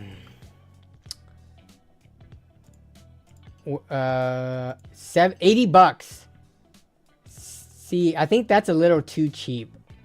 When you release a card that's $80 brand new, that's definitely targeted towards only like esports games without a chance to even play any new ones. I think $150 is a nice like sweet spot for pricing. It's not too expensive, and I think you can achieve a decent amount of 1080p medium gaming with something that's valued at about $150.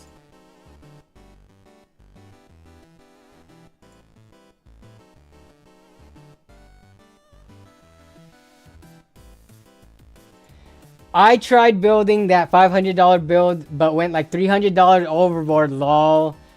Wait up. Is it because you decided to upgrade parts, or did you get the exact same parts that I did, or equivalent, and then you spent $300 over because you did not deal hunt or buy from AliExpress? Because I feel like the $500 build that I did recently It's very achievable. I left so much flexibility in there because I spent money on aesthetics. I feel like with AliExpress at your disposal, you should be able to build the same CPU GPU combo for at most $550.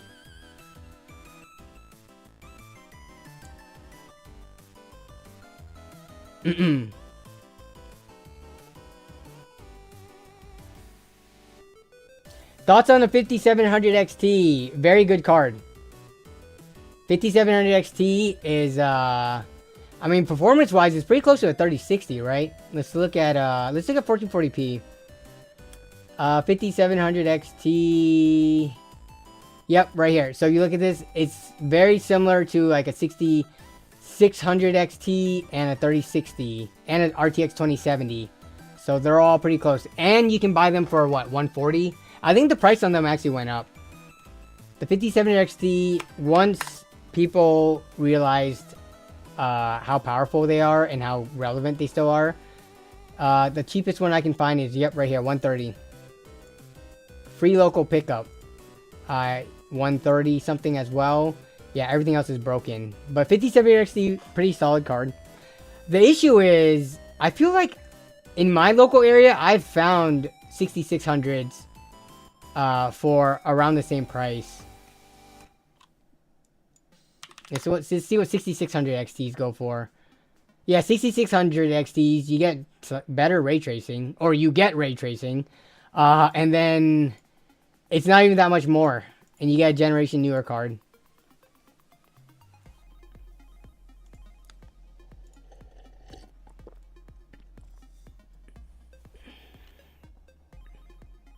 $3080 for 325, I think is a great price. I think it's a really good price because if you're comparing the performance of a 3080 to a brand new card you could get for 300 bucks, look how low you have to go. Like 3080, even the 10 gigabyte version up here, you're talking about for 325, obviously it's used, so that's why it's cheap. But you're comparing it to cards that are brand new around 300, 325, like a 7600 XT. Look at the performance difference. Look how low you go. Look how far you go down on this chart. Same with the 4060 and 4060 Ti. Look how much higher the 3080 is for the same price used as these brand new cards. Now, obviously, again, there are risks with buying brand new. If the card ends up dying outside of your return window from eBay or PayPal or whatever, you're stuck with a $325 glorified brick. So 7700 XT. Is it down to 350? I've not been watching the prices of that. Those dropped at what, 450? Or are you talking about used? Because they're still 400 brand new, it looks like. Yeah, I don't think they're 350 brand new. No way. It's gotta be used, right? And we always use eBay for our price references. Buy it now, lowest price. Yeah, there's not even any on eBay for 350. They're definitely floating around 400s for what I'm seeing. It was 350 new. When? Was this a price mistake? Let me look on do you know which model? We could look at Amazon because they have the I have the app or the plugin. Oh no, here it is. Yeah, the fighter. Oh, of course it's the fighter. Of course it's a fighter. Okay. Okay, so performance-wise, 3080 at this point, yeah, I would just buy a brand new 7700 XT, even though it's a little bit behind the 3080, because of the new factor, because of the warranty. I think it's worth spending the extra 25 bucks to get, even though overall performance is less. I think it's just worth it to buy new at that point. 2 free games too. Space Marines is great. What new games do you get with it? Let's see. Show me the games. Where did you see that, Jason? It says get 2 free games.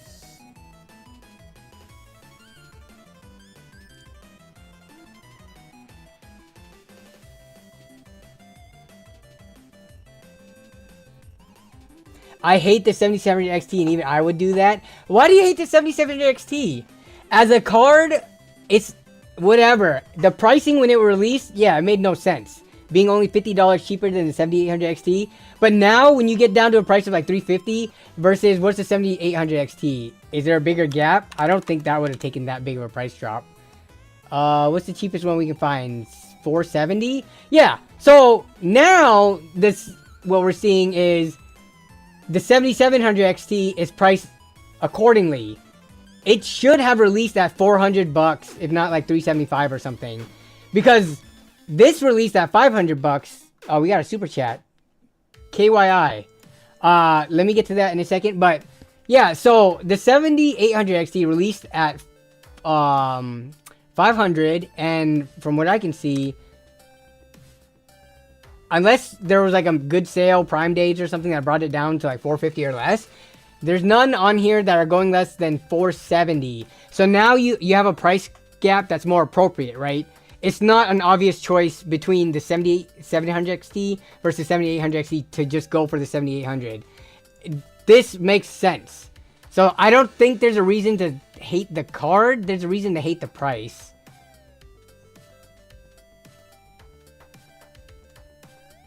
Okay, KYI. I'm guessing it's key, but key. Quick question. First of all, who is Ryan? Is a 78900 XT with Ryzen 7900X good for streaming and gaming? I mean, yeah. This is a top tier. You could get by with streaming and gaming at 1440p for much less specs than this. The specs you have here is just like pretty much a top-end system that you don't even need a question. You don't even need to get a Ryzen 9. You can stream on a Ryzen 7.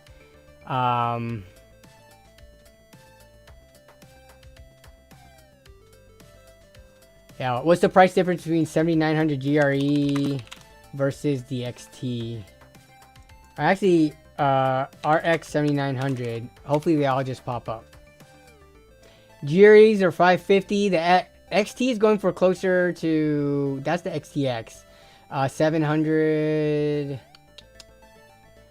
Yeah, they're closer to 700. The GRE would be the value play, but I don't know if this person is going for specifically. I mean, they've chosen a top-end graphics card, or near top-end, as well as a Ryzen 9. I don't think they're going for the value dollar price per dollar or dollar per FPS play, and they might just be going for the absolute or close to the absolute best performance.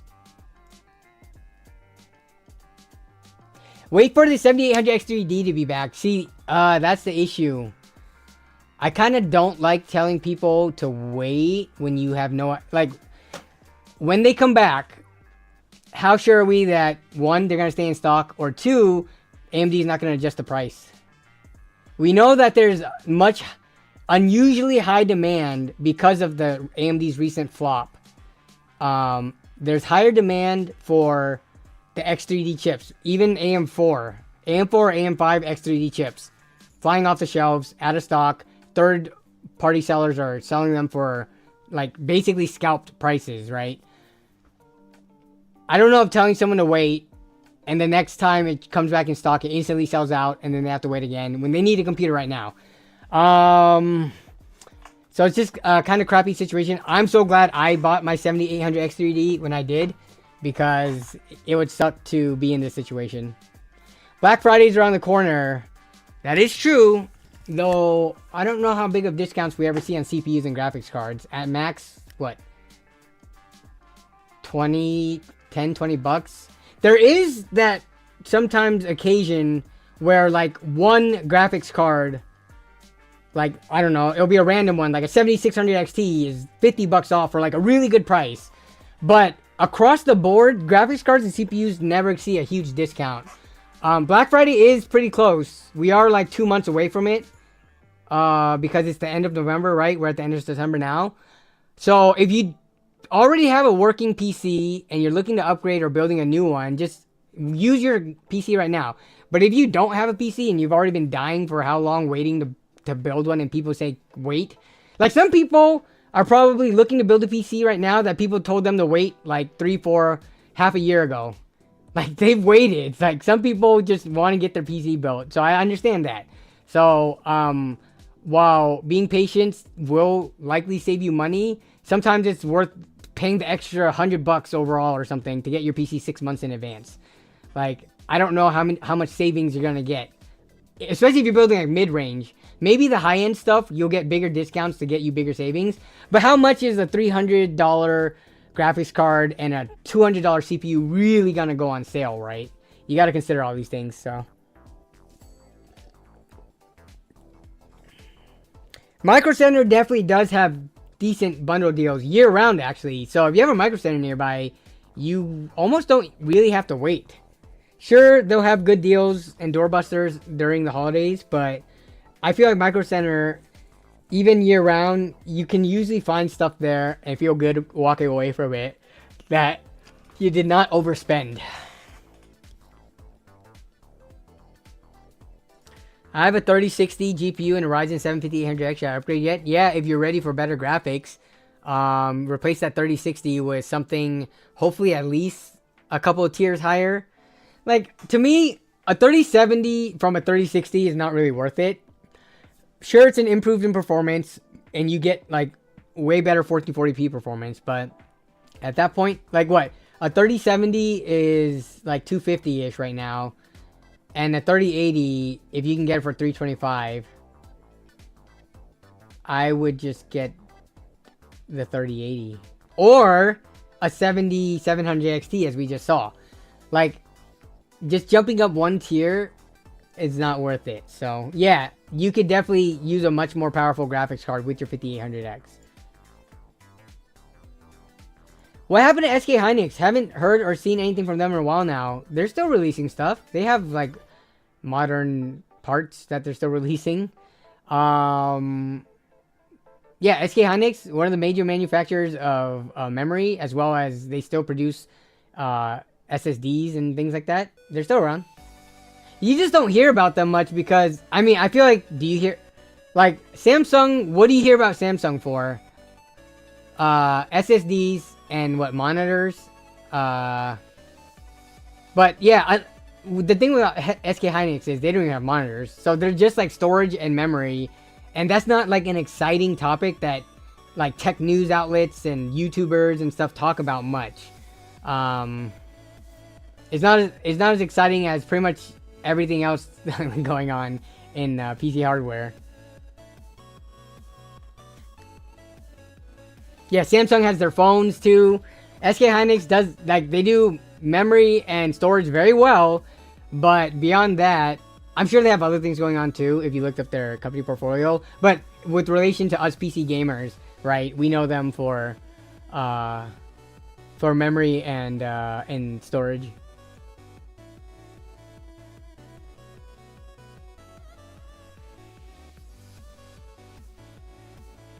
I won't be upgrading anytime soon. I'm on a 5800X 3D plus 4080. Very solid combo. I do not regret just spending the extra. I do regret not spending the extra on the 4090, but the 4080 is still quite a beast. Well, I mean, you're talking about like a different class of card with the 4090 between that and the 4080, right?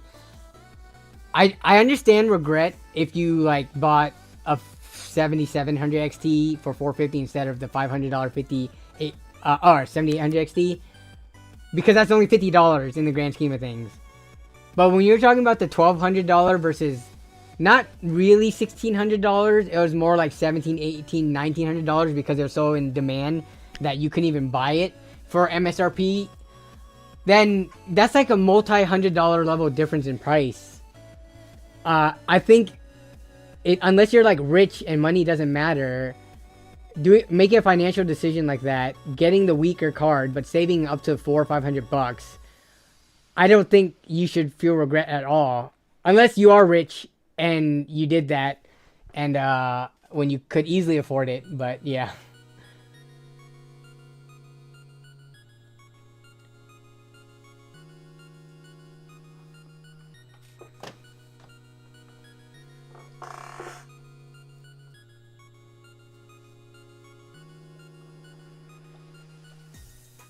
I did not hear about any rating of of SK Hynix at all.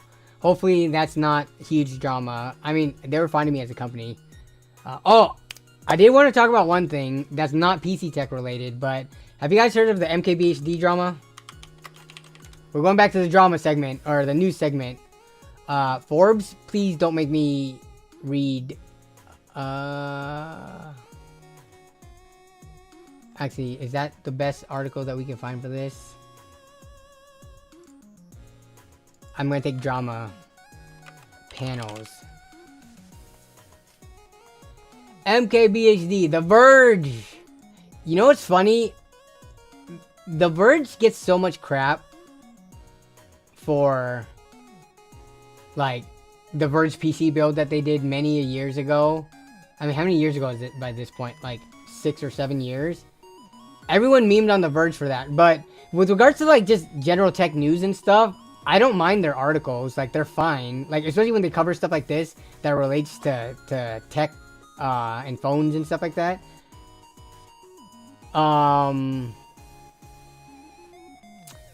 But yeah, so MKBHD, if y'all didn't know, in his recent video covering the iPhone 16, the newest iPhone coming out, he promoted his own app called Panels, which have any of you checked it out? Is it only like an iPhone thing? I cannot find it in the Google Play Store.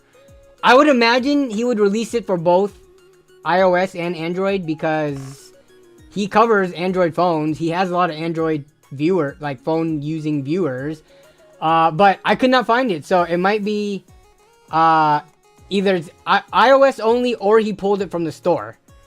But essentially what it is, it's an app where all the wallpapers that you see on the desktop in his background on like the Macs or whatever system he has back there, all the backgrounds that are shown on the phones when he's like reviewing a phone, he does get a lot of people asking questions like, where do you get those wallpapers? A while ago he used to use those fractal like animal designs and stuff like that, but a lot of people are interested in the wallpapers he uses. So he released an app that basically he's been using all the wallpapers that came from this app that, you know, he created essentially for people to get wallpapers. Now, his app is not the only app that has a subscription or / paid model. If you look up wallpaper apps in the App Store, you will see other apps that exist already that actually have good reviews, whatever, people use it. People pay for wallpaper, essentially. Now, the backlash he's getting is because one of his famous quotes that he has said is, did they show it here? The Forbes article. And this is back from like 2016 or something. But one of his things that he said, here it is. No, 2016. Golden rule number 1 of the internet. Never try to charge for something that was already free. And Marquez has actually, in his reviews, criticized companies for doing things like this before. Especially with a lot of the AI stuff coming out and the new tech that comes with some subscription plan. He has criticized them for having some kind of payment plan. Like, nobody wants that. So, him releasing an app, you know, where you can get wallpapers pretty much on any, like, corner of the internet for free and not pay for it. So, him releasing this app, people are giving him tons of backlash for it. I understand the criticism, but as you guys know, I'm an MKBHD fan, but I don't think he's barred from, like, criticism, right? Like, I agree. That is so hypocritical of him to say in the past, you shouldn't ever make people pay for something that has been free for, you know, since the beginning of time, wallpapers and backgrounds. So I definitely understand the backlash there. I think that there is a way to make maybe not a subscription, but a one-time paid thing. The thing is, not all the money is going to go to him and his company. They are doing revenue share, revenue split with the artists. I think it's 50-50 right now from what I read.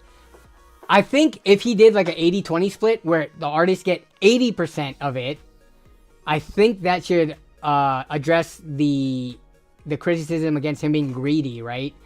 I mean, running the app and like developing it and making it and improving it and stuff like that, I think they should get some of the cut for that. But I think a 50-50 split, that's kind of a lot to take. I mean, that's actually what YouTube takes from YouTubers. It's like a 50-50 split. Every time you guys like super chat and stuff like that. But I don't know. I think the backlash for him that people are giving him is way worse. Like he is making like headlines on pretty much like, you know, Forbes, not just The Verge, but like a lot of different backlash, a lot of like big news outlets, and pretty much all the content creators are covering him. Like if you follow tech news channels and stuff like that, and Twitter and stuff like that, it's blown up. I think kind of out of proportion. I don't mind watching ad theater wallpaper free. At least it's an option. Yeah. So the way it works too is, I think a lot of people are understanding is that because look at the way these articles are written. Marcus Brownlee says, okay, so he has addressed the fact that he's heard the criticism and he's going to improve it, which I think is pretty big, right? Like, there's one thing to release a crappy thing and then be silent about it. It's another to release it, get the criticism, and then make adjustments based on that criticism. What I hate about when that happens is he's going to make the changes. Maybe he's going to make it like free, or he's going to lower the subscription. He's going to change the rev share. He could improve this app and make it a really good app, like across the board. And he's still going to get criticism of people saying he only did that because he got criticized. Like, what do you expect somebody to do when they messed up, they got the backlash, and they improve? So, to some people, that is not enough. Because that person messed up in the first place, they are blacklisted, they're over party, let's cancel them. Like, bro, I don't know, man. The internet has gotten so much worse. People feed off of drama and stuff like that. And I always felt like MKBHD was like kind of like the golden standard for a tech content creator. He did mess up with this panels app. I don't think as badly as most people are portraying it, but I do agree that he did mess up with the way that he did the subscription model and the rev share and stuff like that. I think the app itself could be valuable. Like, I think high quality wallpapers, unique, made by artists, I think artists should get paid. And there's not many ways for artists to get paid when you're just downloading free wallpapers off the internet. But, yeah, I don't know. Yeah, just go download the wallpapers for free. That's another thing. No one's forcing you at gunpoint to download this app. And then once you download the app, no one's forcing you to pay the subscription. You can get it for free by watching ads. It has to be sustained somehow. Even for me, as like a super cheap person who wants everything to be free, I understand that people have to get paid. The world doesn't go around unless people are getting paid for stuff. If all the games were pirated and free, if all the software was free, if, you know, all the apps and music and everything was free, if watching YouTube was completely free with no ads, none of this would exist. Like, if people have gotten so used to, I guess, not having to pay for things or not having to watch ads, that they kind of expect that for the rest of time. But that's honestly not sustainable. I mean, isn't YouTube operating off of like losses since the beginning of time? I was reading somewhere, they were saying basically YouTube is only exists as a platform for people to upload and share videos on, and doesn't necessarily operate as a profit or like for profit. Like, it has just become the default thing to watch videos and share videos. And because of that reason, it won't fail, even if they are in the negatives and in the red. Like, they could be losing money year after year, but it cannot fail because there is no replacement for YouTube. People aren't going to be watching videos on Vimeo or Dailymotion or whatever the heck other, you know, video uploading platforms are.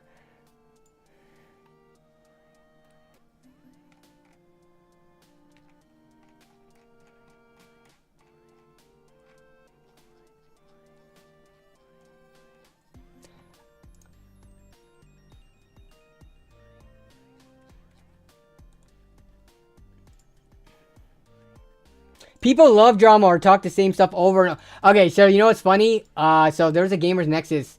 So Gamers Nexus, if you guys have you seen their like hardware news? The recent one, they address the problem with YouTube right now, and that is it's kind of a circular thing.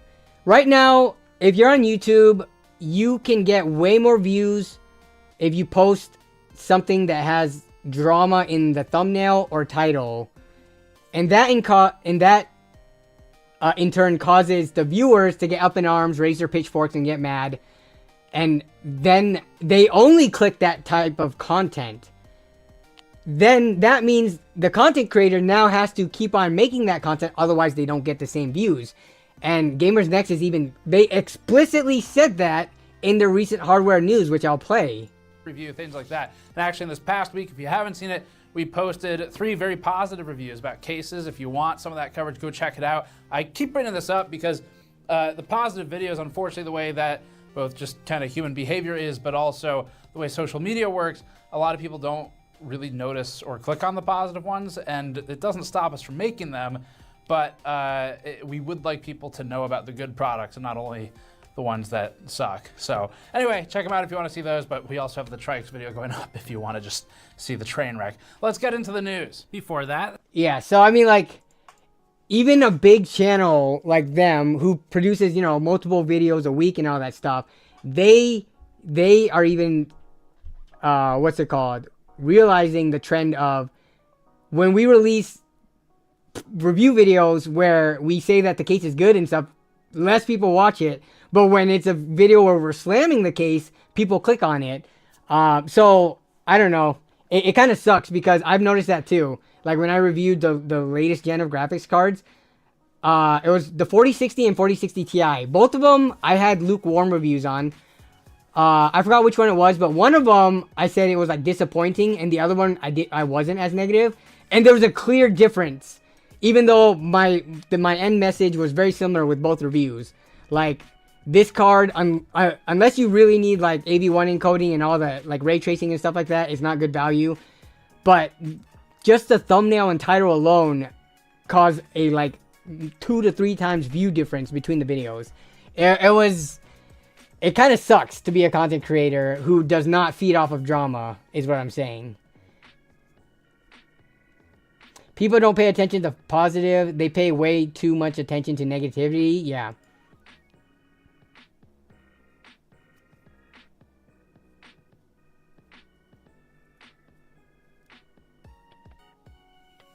The back and forth between Starforge Systems and LTT was a great positive cycle, though.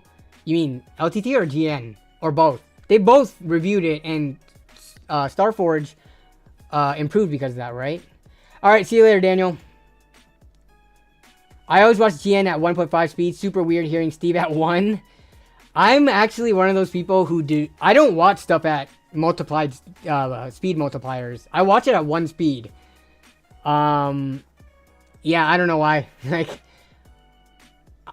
I think once I start, I will probably become like one of you guys who watch it at 1.25, 1.5, or 2 times. But I haven't started doing that yet, so I'm still okay with 1 speed. And I totally understand why you guys do it. There's too much content to consume out there. Like, how can you watch a single 10-minute video from one content creator? Watching 6 of those from different creators, it takes up your whole hour. There's literally hundreds of people you're probably subscribed to dropping multiple videos throughout the week. Like, there's not enough time to watch everything. So, of course, you have to, like, speed it up. But, yeah. 1.75 because I got 200 videos on my watch list, says JG Wright. Dang. Like, let's see what Steve sounds like at 1.75. I keep bringing this up because the positive videos, unfortunately, the way that both just kind of human behavior is, but also the way social media works, a lot of people don't really notice or click on the positive ones, and it doesn't stop us from making them, but we would like people to know about the good products and not only the ones that suck. So anyway, check them out if you want to see those, but we also have the trikes video going on. I think that's too much for me. I think 1.5 would probably be my max, but more preferably 1.25. But yeah, I mean 1.75, you are saving a lot of time.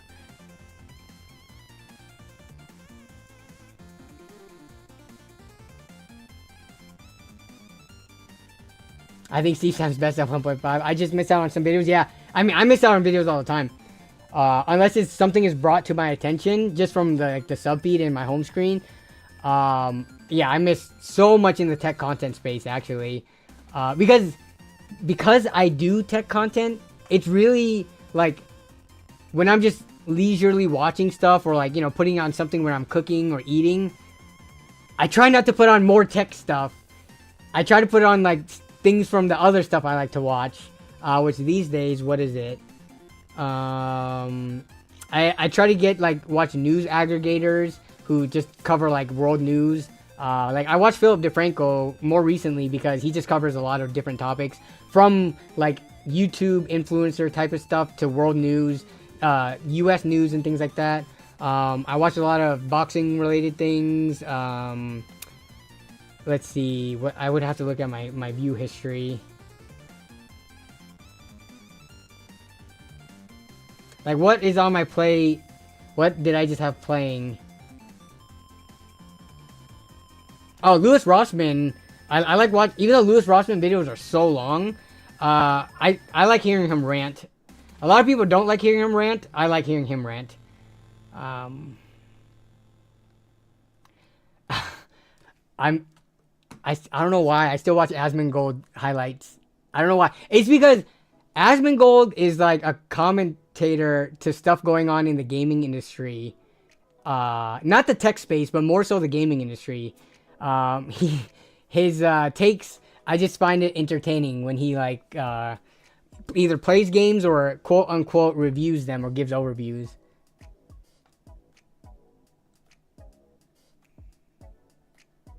Danny, you should do GPU and CPU tier list videos.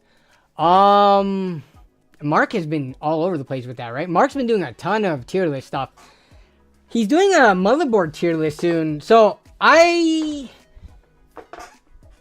guess with CPUs and GPUs, it's probably easy to do a tier list because you just have to know the general performance. I'm very curious how Mark's going to do, because he posted it on Twitter. He's doing like a really extensive motherboard tier list video. I don't understand, unless he like bought all those motherboards and used and tested them, how can you make a tier list video? With graphics cards, it's pretty easy because there's enough data out there, right? You can just, you know, so many people have reviewed it. We know the performance numbers. There's tech power up.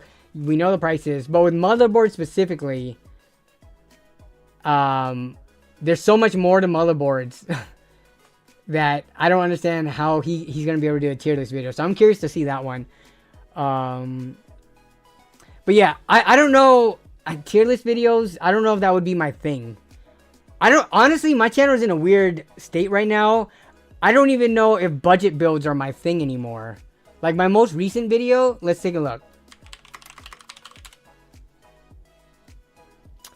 So let's take a look at the most recent video. Like, look at the numbers.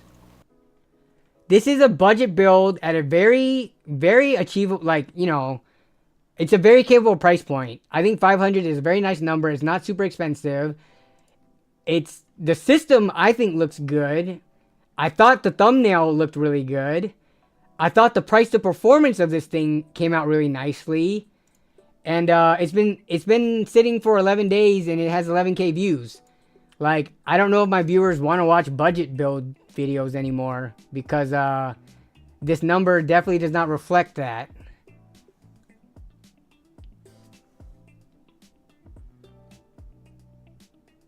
I'm the Craigslist pickup guy now. Though even some of my Craigslist pickup videos did not do that well, or as well as I hoped it would. Like, I think the one that was worse was, I think sometime last year when I picked up the, where was it? I mean, they generally do pretty well, but the one where I picked up the card from the 3060 Ti actually, that one was probably one of the recent ones that didn't do too well. But I mean, not too long ago, the budget build videos didn't do too bad. Like even a $1,300 build, which you would think get less views, this got even more views. You know, being more than twice the price. $350 build, two $350 budget builds in back to back. They definitely did a lot better, but that might be because of lower price point. So yeah, I don't know. It's not feasible to always do Craigslist ride-alongs, especially since we're approaching rainy weather soon.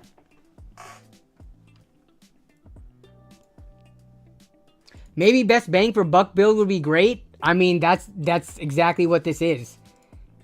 Even though I spent on aesthetics, this build is essentially a $450 build where you're getting a 3060 Ti and a Ryzen 5600. I don't know how you can get more bang for buck than that. Like, the case ended up being 30 something bucks. Like, the price of performance and the aesthetics of this build all lumped together, I think is really good. But, yeah.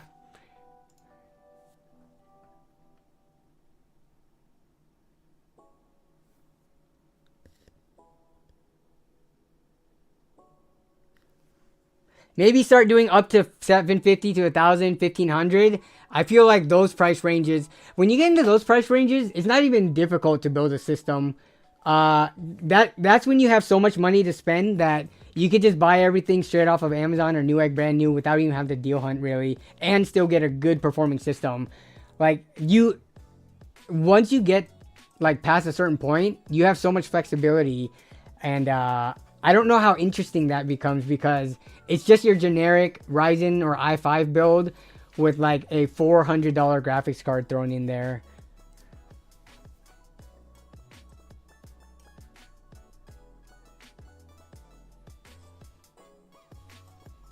I mean, I likely will have some more expensive builds coming up, but yeah, I don't know. So we'll see. This is a normal trend for YouTube. There are up and down periods. I have had good up periods and then some down periods. So this is just one of those down periods. Like, it's like a roller coaster ride. There's ups and downs. This one has been going on for a little bit longer, but it is what it is. I'm curious why you don't use more expensive parts when you have them lying around. It's just because the more expensive builds in the past have not done as well, usually.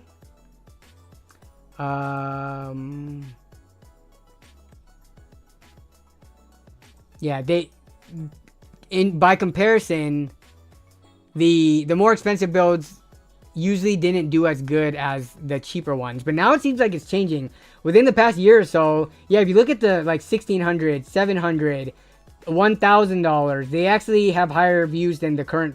This one I think is peaked. Like, videos have like a unless I get lucky and it gets fed to the algorithm or something, it's gonna not break 20K. Like, views have stopped coming in for this one. So yeah, maybe the budget builds aren't as interesting anymore, and it's time to go back to closer to $1,000. I think new is ultimately the best because is ultimately the best because scammers in the PC space are at an all-time high. Yeah.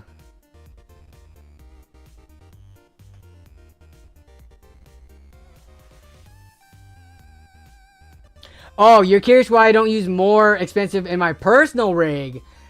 So I actually, before the LAN, I took out the ARC A770 and I put in the, what's it called?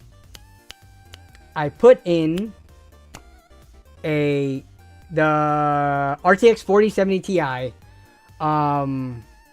just so that I could use the NVENC AV1 as well as just have like higher performance for the LAN, because I am recording in 60 FPS now, so to have the most fluid graphics for the gameplay and stuff, like the whole LAN party stories have shifted to 60 FPS, both gameplay and handheld camera wise. So I didn't want to deal with potentially having like crappier gameplay footage, but I don't know if I'm going to keep the 4070 Ti in there. I haven't decided what I want in my system, and I might do a PC upgrade soon. It's been a while. Like, I've been on the 12700K I think for 2 years now.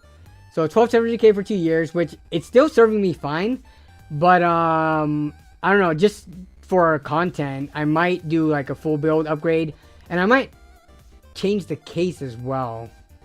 I've been on this case now for a year and a half about, and I always like swapping cases. Like, if I wasn't a tech content creator, I wouldn't swap cases as much as I do, but because I am, like, I want to experience more cases, and companies are, again, like, of the things that companies want to send to content creators, cases are like the top, which is annoying because they take up the most space, but it's one of the cheapest items that a company can send you. So I'm always down to try out new cases and things like that, so.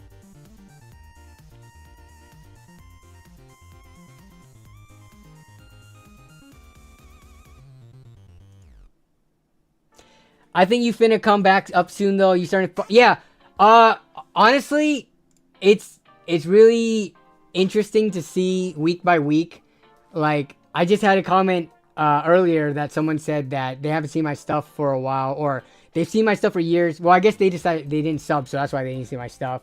But like you saying that you're starting to see my stuff come back up now, when I've been uploading pretty consistently recently, as well as uploading shorts and having a weekly stream. When people don't get notifications, they can't watch it, so. Handle case gang indeed. I do want to go to my next case to have a handle. This, can I show this right now? Is it gonna work? Sometimes I gotta change the settings and stuff. No, Droid Cam, you're just gonna decide not to work on me.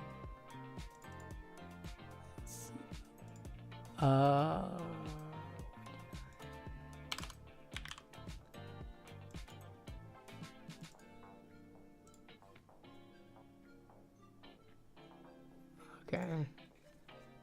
Yeah, so, I mean, this case, look at how little space it takes up on my desk. It's kind of hard to see because it's super dark. Let me aim the light down. But yeah, this case, my desk is a mess, sorry. I've got everything here, man. Freaking old phones, a bunch of spare drives, the mic stuff, hubs. But yeah, look at how little... If I had a normal PC on here, it would take up more space up this way. And then I wouldn't be able to put as much crap around my desk as I normally do. But I do like these tower style cases, or similar to that case from that video, because that also takes up a lot less space. So yeah, the goal is to the next case stay in the micro to mini ITX territory of size. E Villanueva says, why do I keep getting unsubscribed all the time? No idea. I've been unsubscribed. I have been unsubscribed from channels as well in the past that I know I've never unsubscribed from. I don't know if that's a way of YouTube pruning things. Like, is that, it might be something part of the algorithm where they're like, huh, we want to get rid of people you haven't watched recently from your subscriptions because it optimizes like you watching the stuff you're currently watching more or something, because it makes no sense to me why they would do that. I like going to some channels that I haven't watched in a while, that I am subscribed to, and then catching back up with them every once in a while.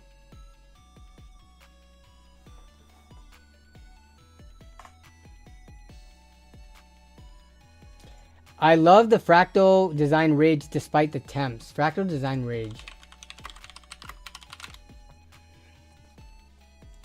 Oh, this thing. Yeah, it's too small for me. You gotta have a Flex ATX or some kind of power supply, right? What's the power supply that fits in here? Specifications. PSU. Oh, wait. SFXL? Oh, wait. This thing is not as skinny as the pictures make it out to be. Okay, so you can still fit SFX. It looked like it was specifically SFXL and not both SFX and SFX. Oh, no, it is. The max length is the L. Okay. Huh. Yeah, so this is a... let me look at the form factor again. Yeah, this thing would be kind of a dream space-wise on your desk.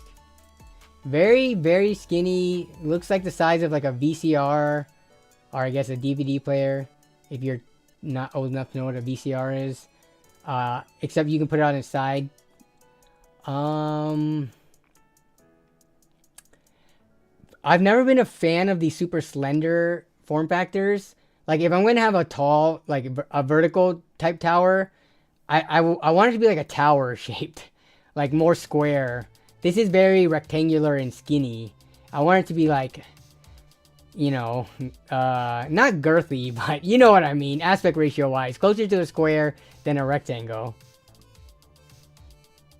It looks like my Comcast router. I mean, it's bigger than a router. It's just the picture doesn't show it to scale right, because it does fit like components and stuff, but yeah.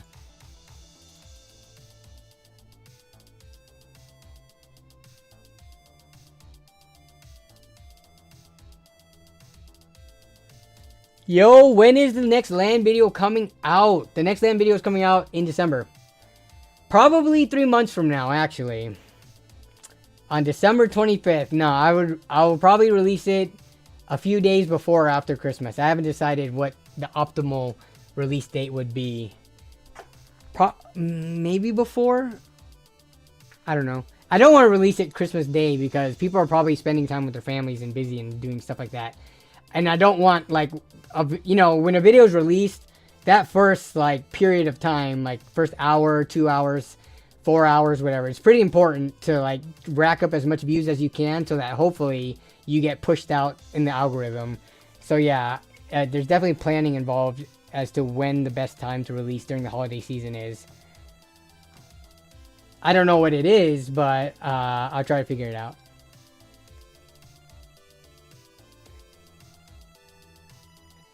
Check out the Discord for a really neat tower style case. Alright, we gotta wrap up soon. We're already 2 hours and 60 minutes past stream. Okay, let me see. I did not get a chance to look at this, but we will refer to this spreadsheet. Oh, let me actually take a look before I look at that, because I'm actually curious. Used average, okay, the average eBay price. So now I don't have to run to eBay every single time. This is nice. See, like a 1070 is still 85 bucks on eBay, and this is updated, huh? Interesting. Best price is 54 is the average price. Price per performance, and do, oh, so if you save a copy of these sheets, you could like sort it and use it to your needs. Let's see. RX 590 for 83. Nice. This is a nice database. 1070 Ti eBay spot price. eBay price. Okay. Yeah, we can definitely reference this more. Okay, what is this case you're talking about? Igor posted this. Let me take a look at this real quick. What do you were say? Just switched to the North XL, painted my PNY 4070 Ti white, and set the lights to the gold brass that Fractal uses. Very nice looking build, Igor. Thanks for posting this. If you're still in the chat, I appreciate it. So yeah, that golden color scheme to go with that wooden theme, like a nice warm. That's nice. Just joined Discord. Thanks for joining, Fracture. Small community, but you know we use it from time to time, and I use it in the streams all the time. Okay. Let's take a look at this $600 tower you're talking about. Homicides, I'm sorry we did not get a chance to look at this. If you are in next week's stream, please resubmit and I will take a look. Look at this. Dang. Let's see. What is this case?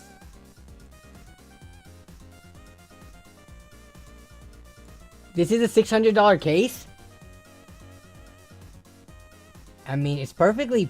It's the Pro Art case. That's like, there's the mother, what's that, who does it? Asus Pro Art?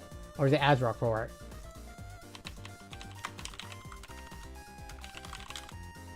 Asus Pro Art motherboards for the creators. This is aimed towards like content creators, industry professionals, stuff like that. But yeah, so these are really expensive motherboards. There's a premium. But looking at this case,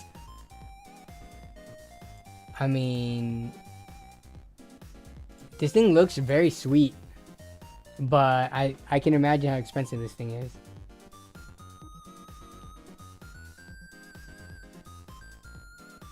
The case is specifically for the GPU, as you can see, the way that the GPU's curves line up perfectly, and it just fits like a glove.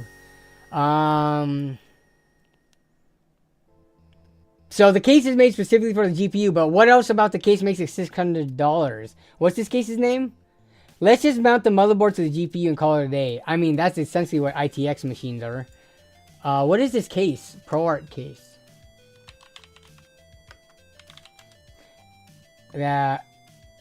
Zeke, is it Zeke or is it what is it? Zeke FF04.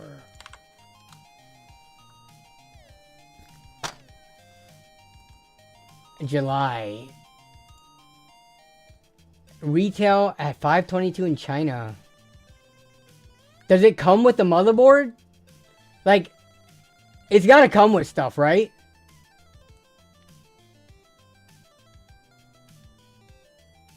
No, it looks like it doesn't. Because on the Tom's Hardware review, it says they recommend component requirements or recommends the following. You have to use a ProArt card. They're recommending a motherboard, so it doesn't come with that. They're recommending a power supply. Like, what does this thing come with that makes it $500-600? It comes shipped in a big wooden crate. This thing isn't even that big. Why do you need a big crate for it? I don't understand. I agree. This looks cool. What I don't understand is why it is so expensive. Like, even a $400 case alone that doesn't include a power supply, that doesn't include a motherboard, like, you know, bare bones kits. Like, they usually come with something when you're in the upwards of $400, I feel. At least a power supply. But this thing comes with none of those? It's just a case for $600? It's for Chinese flexing? Really? Is it just a Chinese case?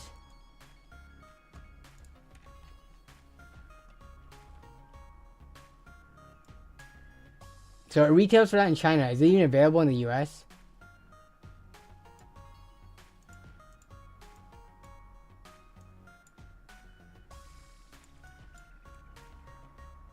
I mean, for the flexing, I guess that's fine. And I guess they'll probably send these cases out to, like, I don't know. Who are the aesthetic content creators out there? Optimum... Well, it used to be, what, Optimum Tech? Optimum PC? But now it's just Optimum. Who's the other person? Is it Matt Lee, right? Like, those guys. Where... usually pricing is not even not discussed, but pricing is not a huge factor when they cover some of the tech. I can't say that about Optimum because I think he does talk about price quite a bit, but they still cover like really expensive stuff, and people still enjoy watching it. Like, they could cover some ridiculously priced like tech or whatever, and no matter what, like, the video would still do well. I try to cover a $600 case, I won't even break 1,000 views probably. And people will complain in my comments. Devin Johnston. Devin Johnston. Let me see. That sounds familiar. Devin Johnston. Yes. Yes, very aesthetic-y. Yo, Devin Johnston gives me Dave 2D vibes. But yeah. Like, those content creators. You can't send this to, like... ZTT, Toasty Bros, Scattervolt, Oztalks Hardware, me, people like us, and have the video do well, essentially. Antec Flux Pro. I built in an Antec Flux before. We gotta wrap up stream in the next 5-10 minutes, so this is gonna be the last thing I look at. Yeah, so I built in the D700 Flux. So I built in this one before. But they're doing the... what the heck? $200? Close to $200?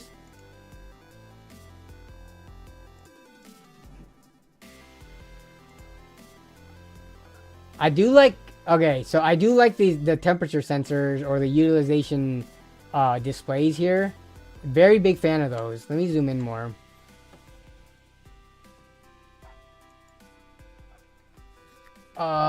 So overall the case, I do like that Antec is kind of, you know, making a comeback. They've kind of been making a comeback for the last couple of years. Like, they've updated their case designs, you know.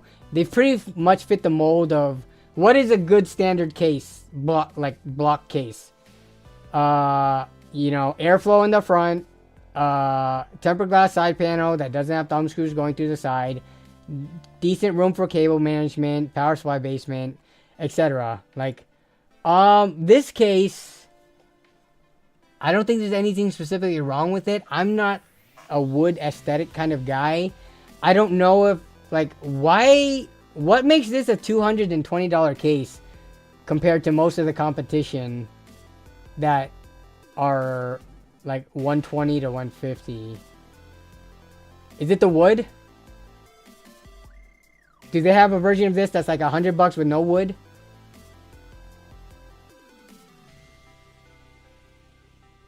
New tooling, new direction, and wood. Yeah, I mean, what do you guys think? Do you guys think this is pretty expensive for $220? And not from other wood cases are also expensive, so this is reasonable. I'm just talking about a PC case perspective. Like for a mid-tower, pretty standard case, you know. Like unless this has something super like, I mean, I guess they have a lot more going on in the back, more removable like trays and stuff. And the cable management actually looks pretty good. But still, I don't... like, this does look super clean back here. But even something as basic as, like, the NZXT H5 or something that's around $100, that cable management is good enough for me. I don't know if I'm down to pay double the price because this looks sweet in the back. Do we need to stare at the CPU? Okay, no. So I have a point against this. You don't stare at the CPU temperature, but I think it's just good to have whenever you do look at it. I do not like running background software 24/7, like the Riva Tuner, MSI Afterburner, Hardware Info. I don't like running it 24/7. I don't like having overlays on my games when I'm just gaming, if I'm not benchmarking. If I want to just quickly glance and look at the temperature, any other way to do that requires alt-tabbing if you don't have an overlay, opening up the program, looking at the temps and stuff like that, or having rain meter on your desktop. But either way, you still have to alt-tab out of like a full-screen program.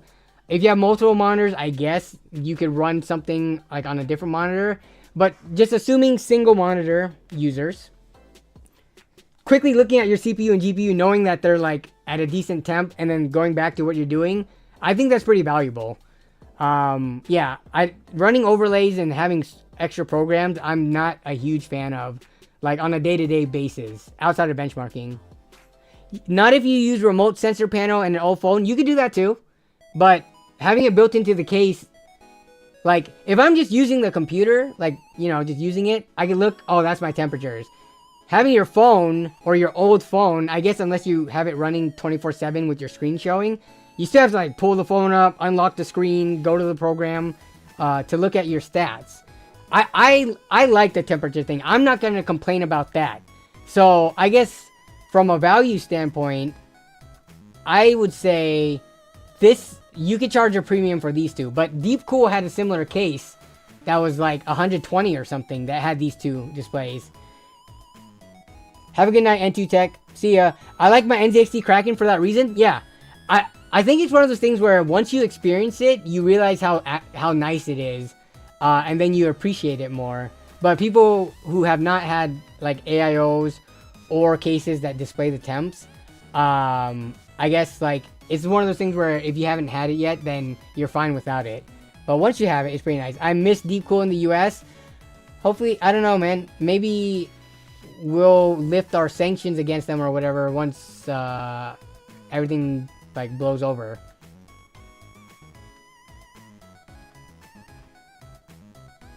Now, if the display would show FPS, we would be talking. If it was configurable to show FPS, it might be. I don't know. Some of these, I know. Can some of the AIOs do it? That I could have sworn I've seen an AIO, a newer one, be able to display FPS, but you're gonna have to. I'm gonna have to double check on that.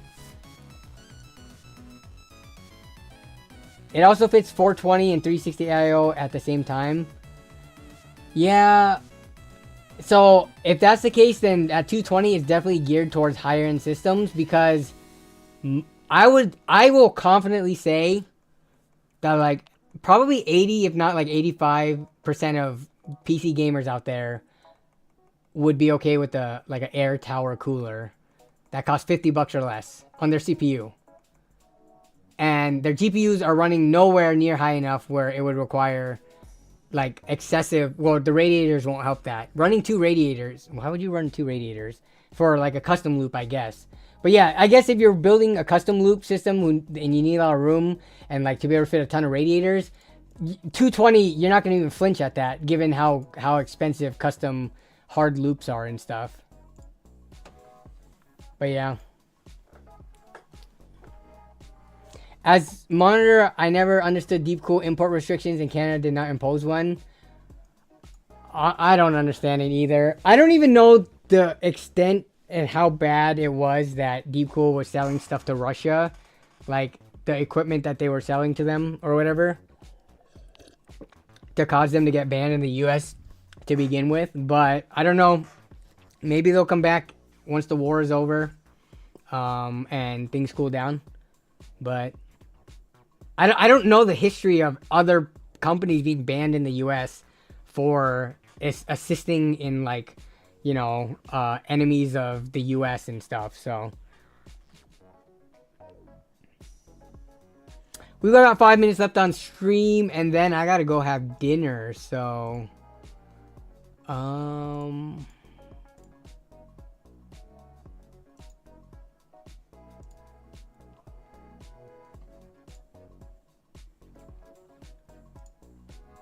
I'm going to focus on chat now.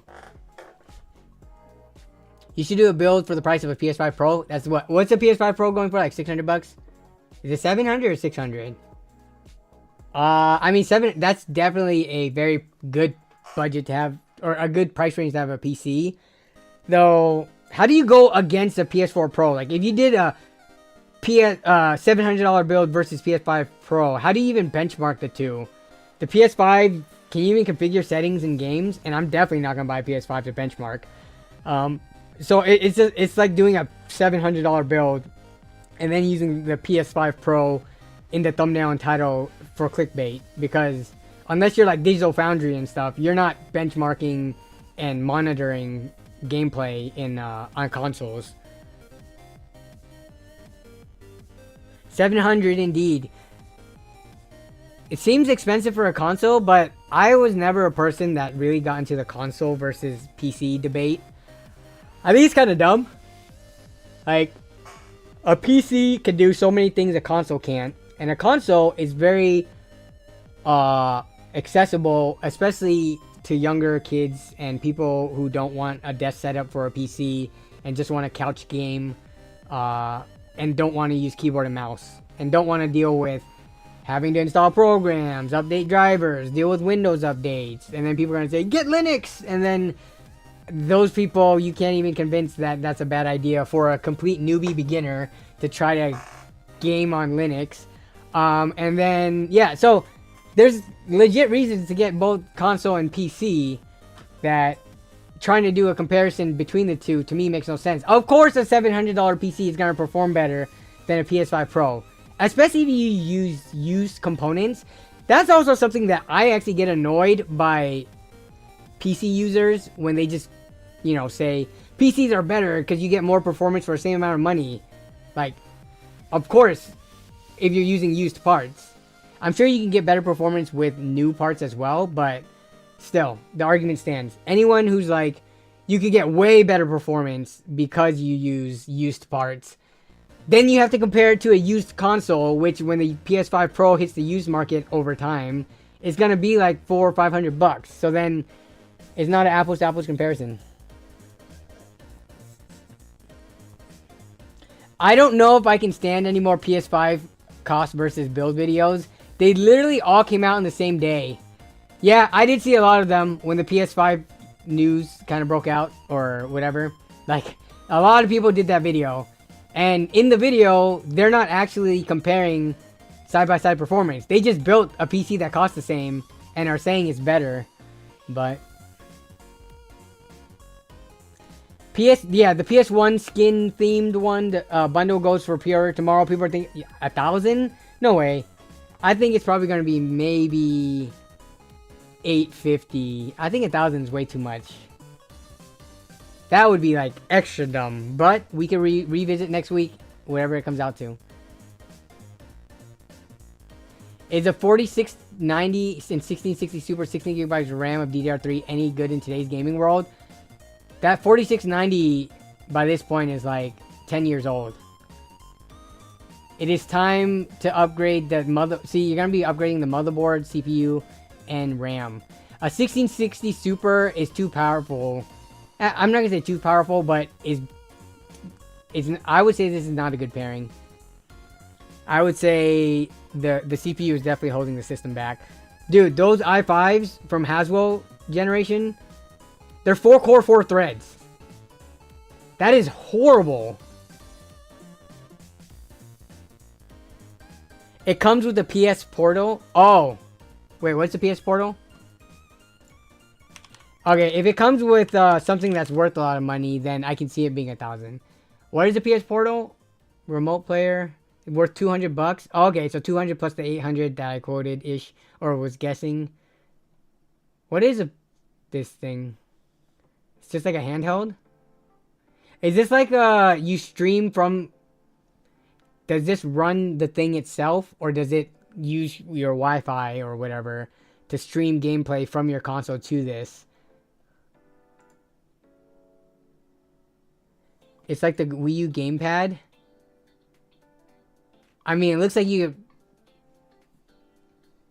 I forget, was the Wii U...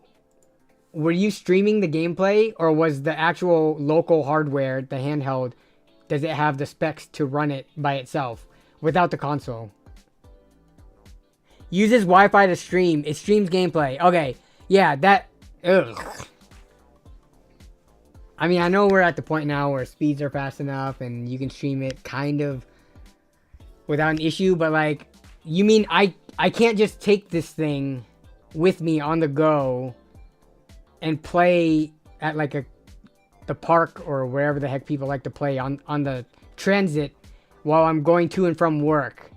Like, this system cannot play standalone. It has to connect to your main system to play. So then it's only useful when you're at home or have your PS5 nearby. You can play anywhere in the world. You have to have internet connection, connect your console anywhere. Really? But is it going to be good over your whatever the heck?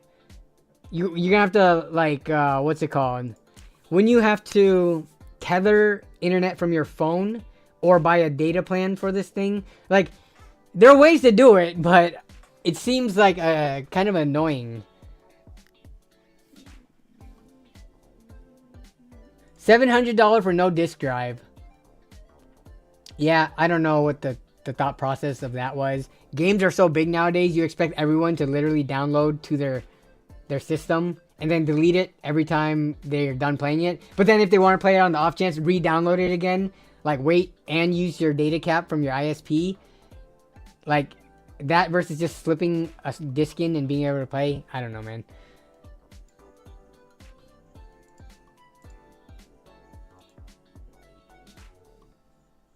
My PC doesn't have a disk drive either, and it's more than $1,000.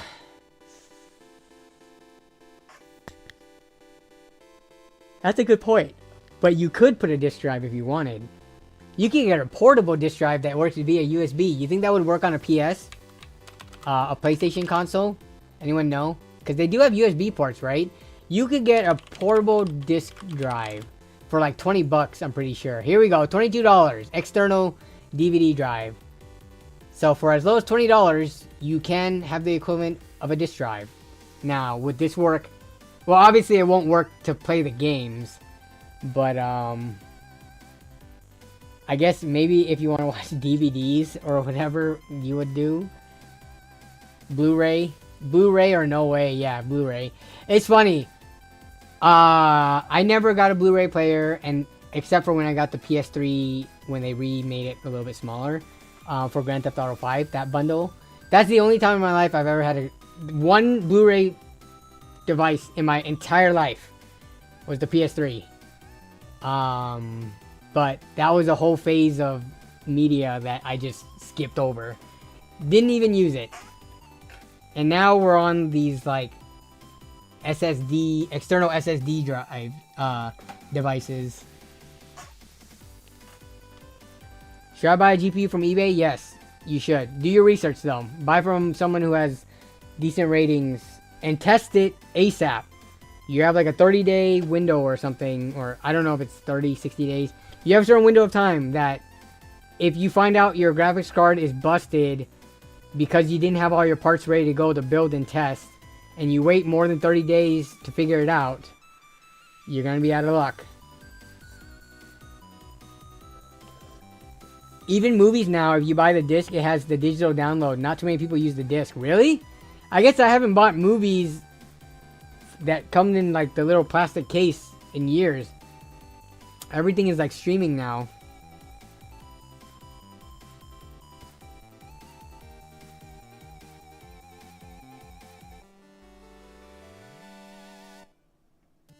PS Portal is good if you need to go to the bathroom, I guess. Yeah.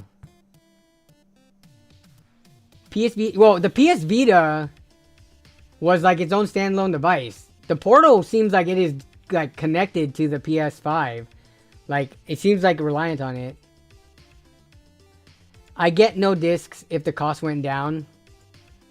Yeah.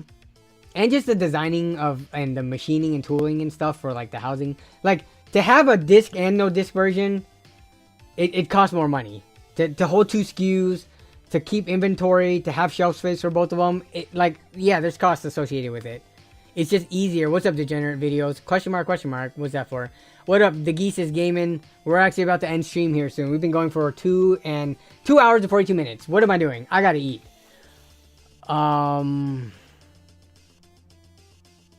I traded a PS5 I bought for $300 for a PC with 3080. That is a good trade. Steam Link is great for streaming games from your PC to like your living room and stuff, right? But I think if you want to go with the whole portability issue, I don't think being reliant on your main console over an internet connection is the best idea. I feel like people want to be portable so they could also play on the go. Or like when they go on vacation, go on an airplane, stuff like that. You can still use a Steam Deck on an airplane just fine. You can use a Steam Deck when you're on vacation in Hawaii without having to bring anything. But bringing your PS5 everywhere, or having to have a really good, reliable, fast connection, yeah, I have to look into it more because I'm not aware. I don't do consoles or follow it super close.